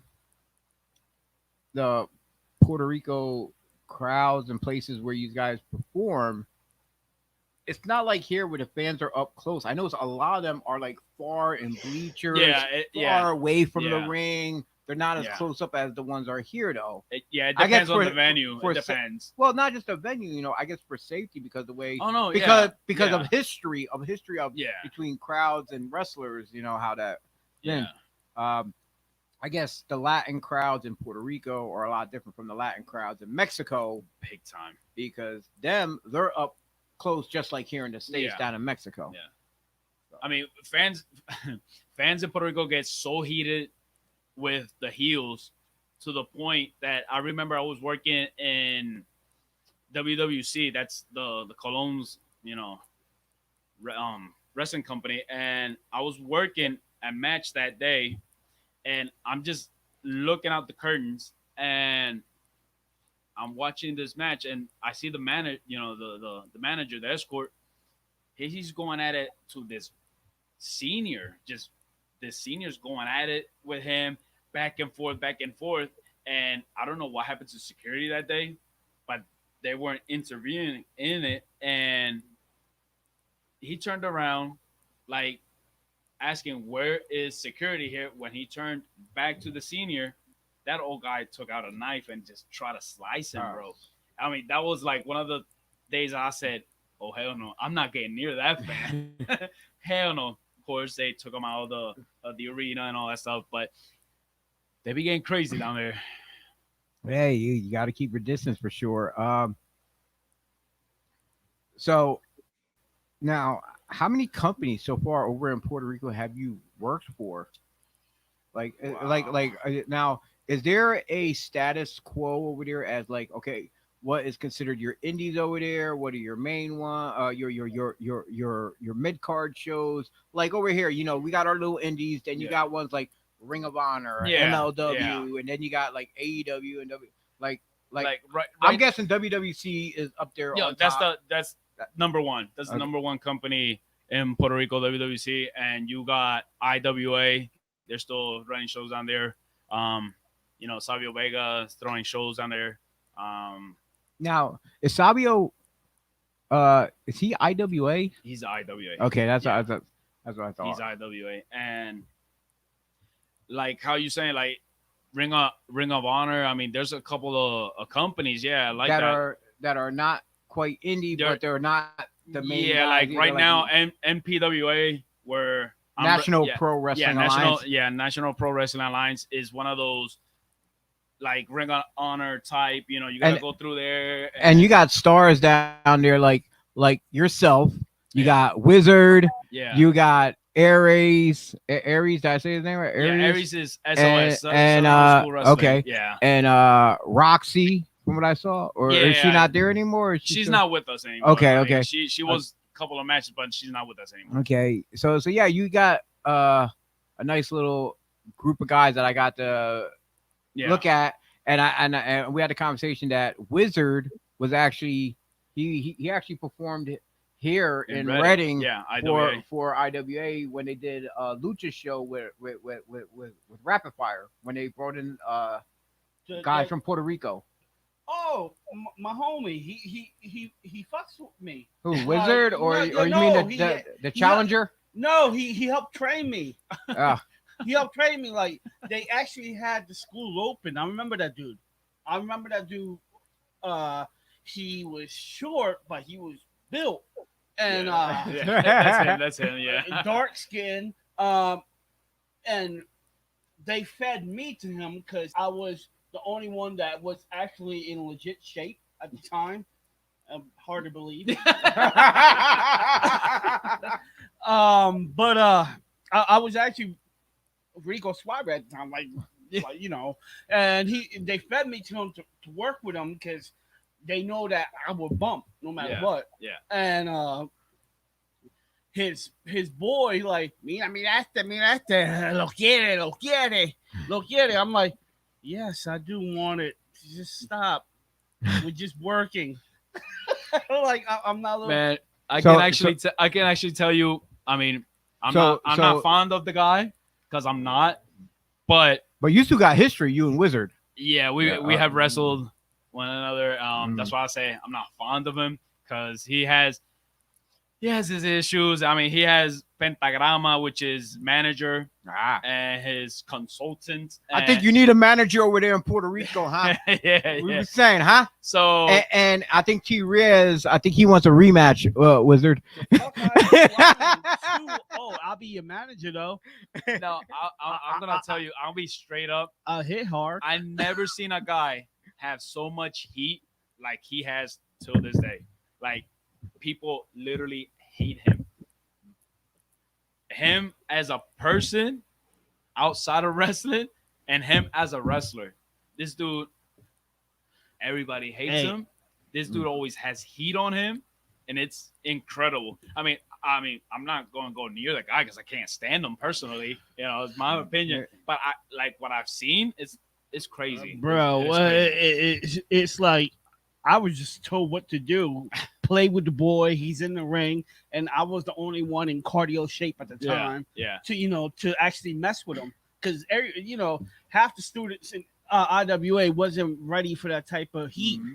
I was, Yeah. and I played with him, and he was safe with me. He never did anything bad towards me or anything like that. And the thing that's funny, T, is that like when you look at the lucha from Puerto Rico compared to Mexico, the ones in Puerto Rico wrestle are American style. Yeah. So for us to work with them, it'll come natural for a lot of us here. It'll be simple as easy. At the time there, they had the Challenger, and I had the opportunity to actually work in one match. Yeah, of course, they needed someone to do a hood gimmick, so I was under the mask. I forget what the hell the name I was, and we opened up the show that day. So worked at a lot of companies so far. Now you're in I'm gonna say the mid-level tier of a company of that's not indie, but it's not the top one. So you're in a mid-tier company. Yeah. Company. Now, what's your level in that? I hate to say level, but what's your status quo in that company? Are you one of the main attractions? Are you a mid-carder? You know how we say? Are we? I mean, I can actually say my opinion. I mean, I'm one of the top guys there because I represent National Pro Wrestling Alliance anywhere I go. I tell everybody. So you're like, just like Marco was, Mark, like he was the John Cena of Mexico. I'm the You're John Cena of that company. Yeah, that's gotcha. true. I'm not gonna lie, I'm the John Cena of that guy. I think Dennis fell asleep over there. Yeah, it's okay. No, I'm looking at something. Don't be texting me later, dude. What the hell you talked about? He's sending me pictures. No. Dude, that's inappropriate. I'm gonna have to send that to Pat. So, I can actually say that. Like right now, like we were talking about in lunch, we have there's two companies that are now aligned with us. We have this it's for the first time ever happening in Puerto Rico, is Federación Lucha Libre Pro, which is one of the three companies that are known in Puerto Rico, unite to make, have their best wrestlers, best professional wrestlers combined that night to have that show. So it's awesome because you get to see the same wrestlers either in San Juan, either Ponce, either Fajardo, Luquillo. You could get all that same action in different places of the island. It's kind of like I think Mexico, I think they do Triple Mania, ain't that? Multiple companies together. And also over like New Japan, ain't that when they do Wrestle Kingdom? Yeah, and they bring a bunch of different companies come together. So I can see what you guys are doing. You're doing it not just for your own particular company, but it's also you guys are cross promoting, helping each other build. Exactly. And instead of fans trying to say, "Hey, we're gonna go to this show, we're gonna go to that show, we're gonna go to this show, we're gonna go to that show." Okay, we're gonna get the best of the best from each show and put them on one card. Now, how often do you do that? Is it once a year, 2 times a year, 3? No, is it like? We usually do it often. Like I said, we just had a show now like a week ago or 2. and now we're gonna have another show on the 11th of September, which we're going down to SOS, Southern Old School Wrestling, and that night it's their show.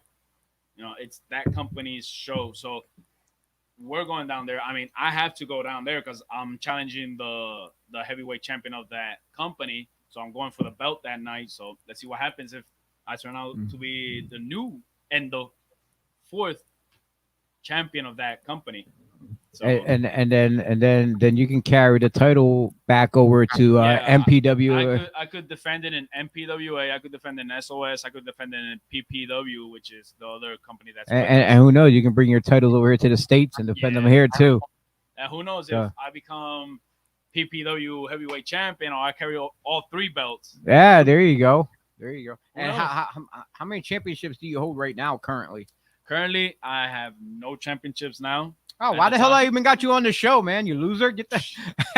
I'm simply the best. I mean, I don't need a belt around my waist to show you that I can deliver every single show. I don't. I get my belts from Boscov's.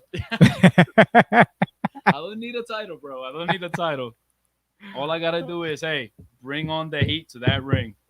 Now, you've been working all these companies now. Now you're back here in the States, just visiting, and you got the September 11th show coming up. Do you have any words that you want to say to your opponent or your fans back there in the homeland? And you can say it in your own tongue. In my own language. The own language over there so they can understand. I have to talk in Spanish. I don't know if talks mira, ellos no saben que maricón es. Dile.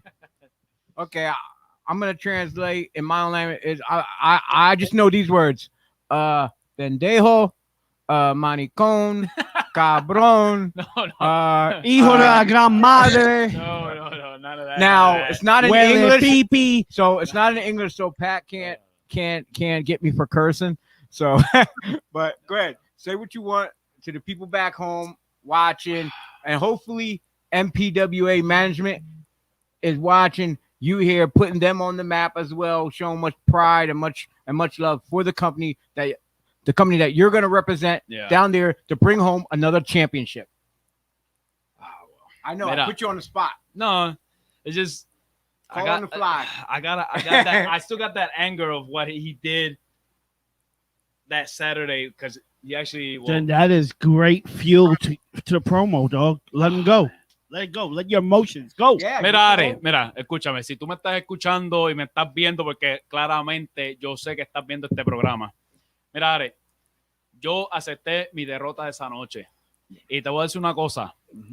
El 11 de septiembre, ya esa fecha está, ya se firmó los papeles, que tú tienes que defender ese título de la SOS en contra mí. Y créeme, ve bien preparado, porque hasta en los Estados Unidos yo estoy aquí y me estoy preparando también para ese evento el 11 de septiembre en Punta Diamante, en Ponce. Tú me vas a ver ahí. So, prepárate, porque esa noche el Renegado Johnny Blaze va a salir como campeón de la SOS. Tu cara ya está rompida, papi. Si sabes. Did you get all that, Dennis?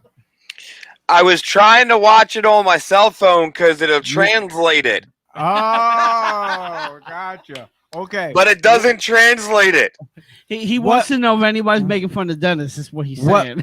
What he said was, when he gets back home on September 11th, he's going to put his foot in your ass and take your participation trophy. That's what he said, basically. Well, he's not facing me, so he isn't putting... Well, not you. If he was facing me, it would be a totally different story. It'd be me winning and him losing. Oh.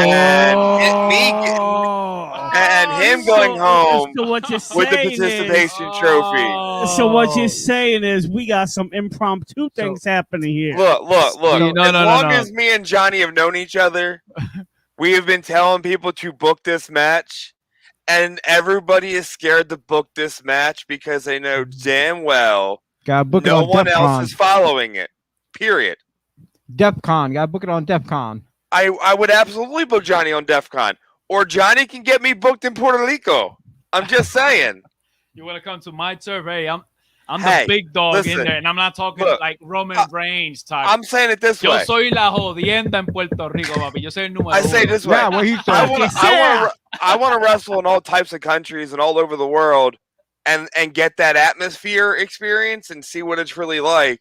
Because when it comes to wrestling, the lucha libre style wrestling, 100% has such a fan base and such a history and love for the business. The fans are real. It's culture. It's part of culture. It's not even just culture. It's just the fans are real. They're going to be honest with you, just like the old school days. Like if you would wrestle in New York and Philadelphia, the old school days, we hated you. If you were a bad guy, we hated you. If you were a good guy, we loved you. There's not this, you're a bad guy, but we're going to cheer you crap.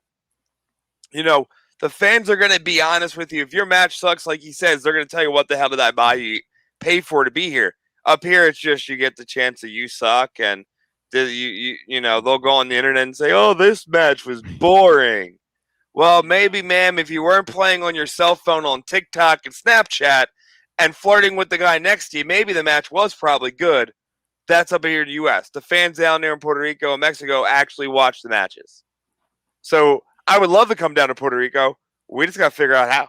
I'm just saying, I will come down there. I will wrestle you 4 or 5 times a month in a week if I have to. I don't really care. Well, I Your remember. wifey's like, yes, we're gonna book this vacation and everything. I'm just scared you're gonna bring that posse that you got behind you. I mean, listen, I will bring every one of these stuffed animals with me, and they will beat you. I mean, how can you act tough with that behind you, though? It's hard. It's hard. Listen, okay, you know what? Hold on. Let me get my cool glasses on, okay? Oh, God. So, yeah. Don't make me come through this TV to you. Yeah, well, hey. Oh, this guy. I'm telling you.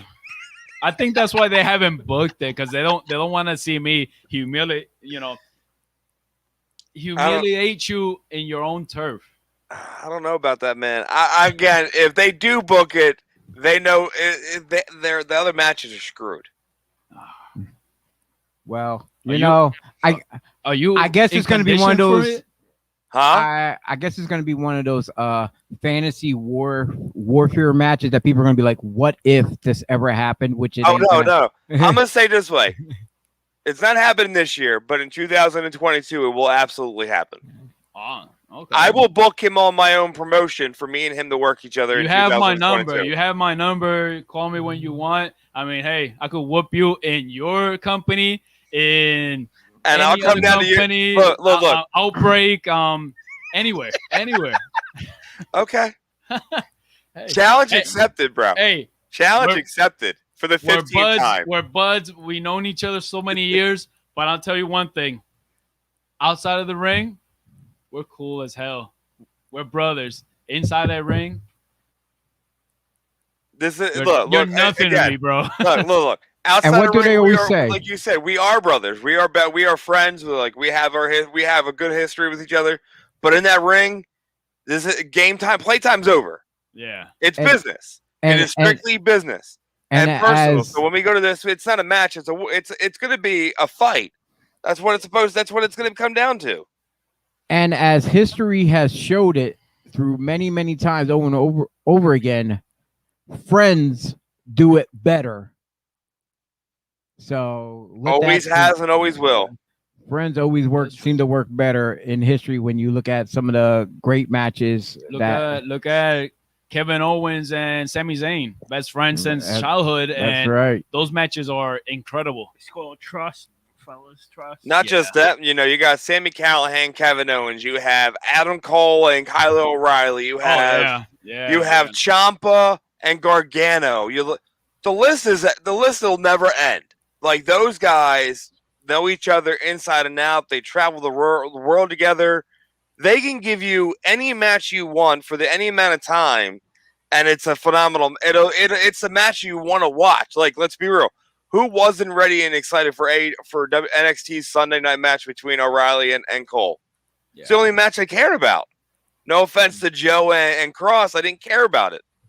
No, I cared more about O'Reilly and Cole. I think we picked what was the match? O'Reilly. No. But the match of the night, I think we went with Walter and Yeah, Dragunov. Walter and Dragunov. Dude, They that killed match was each other. just. They- Did you?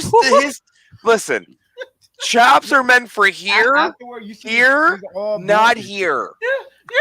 Yo, those shots when- from Walter, they're insane. When the lady went and said, "How you doing?" on the bad side, it made him go like this. I'm like, why are you turning your head? Why? I would have been like, no, it hurts. Leave me alone. Oh, dude, that match. Every time he hit him, it hurt me. Like when I think of chops, I'm chesting. But when I see these and you just like bitch slapping your opponent around, like just with no issues, just wham! It's like Walter is a human with the fly swatter, and his opponent was the fly. It was the Fam, when Dragunov was swinging, Cardinal with a chop, Walter went for the kick and caught him in the thigh. I was like, ha! And then Walter said, Well, and right after the thigh chop, right in the back of his neck and head, said, like, yo. See, this is what I was just telling him. We started talking about one thing, and it starts branching off to this way, branching off that way. I was just talking about like no, we the match, and then We love wrestling. We But love wrestling. look. We just Here's love another wrestling. scenario. Here's another how I pictured that match. Okay, you guys will laugh at this. It's like having your mom throw if she takes her flip flop off, and you know shit's real. Here comes the chancla. Okay, look, I'm gonna tell you something about the chancla. Spear the chancla. We all know it's real. It's so damn real to the point that I don't know what the hell my mom had in that chancla that you will literally run away, hide behind the door. Even if the door was cracked just a little bit, that chancla would just slip right through. Yeah. It'll do like a 100%. U-turn and wham! Just Listen. smack you, bro. The boy. When I lived in Orlando, one of my best friends, Devin, his family's from Puerto Rico, and I found out the real. I found out how real it was. Like It's we'd real. be It's outside real. and we'd be smoking a cigarette, and we'd be hiding from her because no one knew we smoked cigarettes at the time. His mom found out because I guess she saw us at the back window. We didn't know she saw us. When I tell you he ran, and I didn't know why he ran until I got hit. Okay, I didn't know why he ran. He was just like, "I'm out," and I'm like, "Why are you running?" And then I turned around, wham, Wham. and I'm like, "What the hell just hit me?" And she goes to take her other one off. I'm like, "Oh hell no!" And I ran. It was at that moment in freshman in high school in 2002. I found out the myth is real. This isn't a joke. This is That's our mother's playtime. finisher. That's our mother's finisher, bro. And then here's the thing. That's a 10 count. Easy. So if you think about the Walter and Dragon match, the ending was of Dragon catching the flip flop and Mom going down because she's like, he just caught. He's not supposed to do that. That's how I said. Like, there's so many ways you could put it. Like that was match of the night. Second, Yes. So Adam Cole's in there was great, but the Walter match was beyond expectations, in my opinion. You see how scared Dennis is that he actually changed the subject about our match. Yeah, I know. Yeah, I noticed that. Look. I'm not scared. I'm not scared. Hey, I'm reeling him in. You've already listened. You already got me. Listen, we've been wanting this match for years. No one will book it. And how many times have you been up in the U.S., up in the Reading area, and every time there's a show, the promoters still don't book it? It's true. I'm just saying. And it's the not thing like is we're not that, telling people to not book this. We've been telling people for years now to book this match. and it all depends on who the promoter or the booker is. A lot of times they book just their friends. Yeah, So- they book their friends and then draw, snails and pennies and want to know why they didn't have a drawing and make money. What, you got some heat going? No. You're flaming. Hey, we're just keeping it honest because that's what happens. Though a lot of companies they book their friends and and sometimes they book for themselves, not for the fans. They book what they want to see. They want to pop the boys, So, and not the people. Yeah, exactly. Pop the boys, Look, not the people. What he I'll said. say this way: when I book for DEF CON, I can give two shits what the boys want. I'm gonna put asses in the seats, and I'm gonna give the fans matches they're gonna go home about going.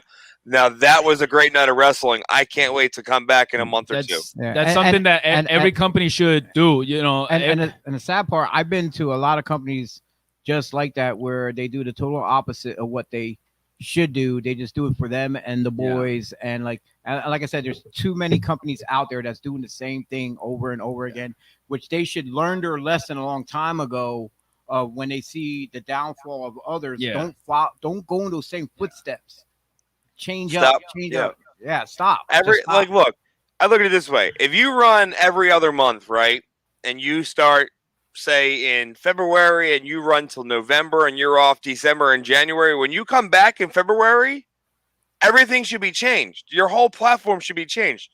Your roster doesn't really change. You add a couple new guys, you take some guys off that you know didn't perform to be up here, and you replace them with guys that you know that should be here. You just keep taking the guys that aren't giving you top dollar matches. And you know what's good about this whole scenario that we're talking about right now, this question here? I'm going to throw this back to you, though.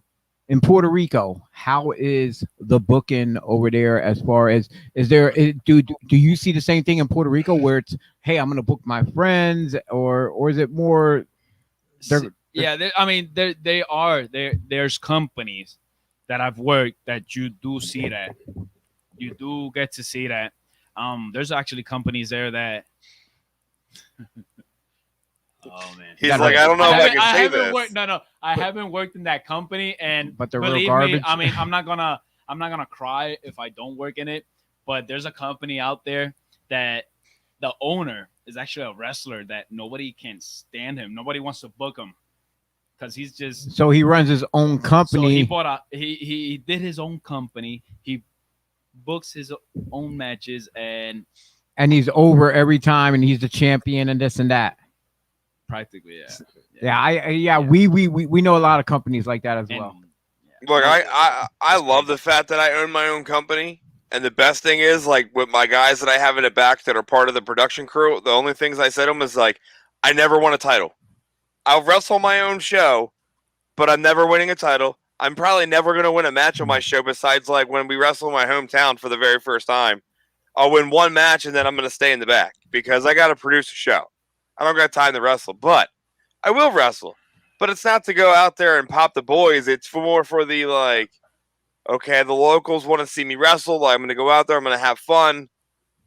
You know, I never won a title on my own show. My personal opinion, when my time comes up that I got to hang up my boots, I can say, yeah, I would try to do my own company. Kick pads.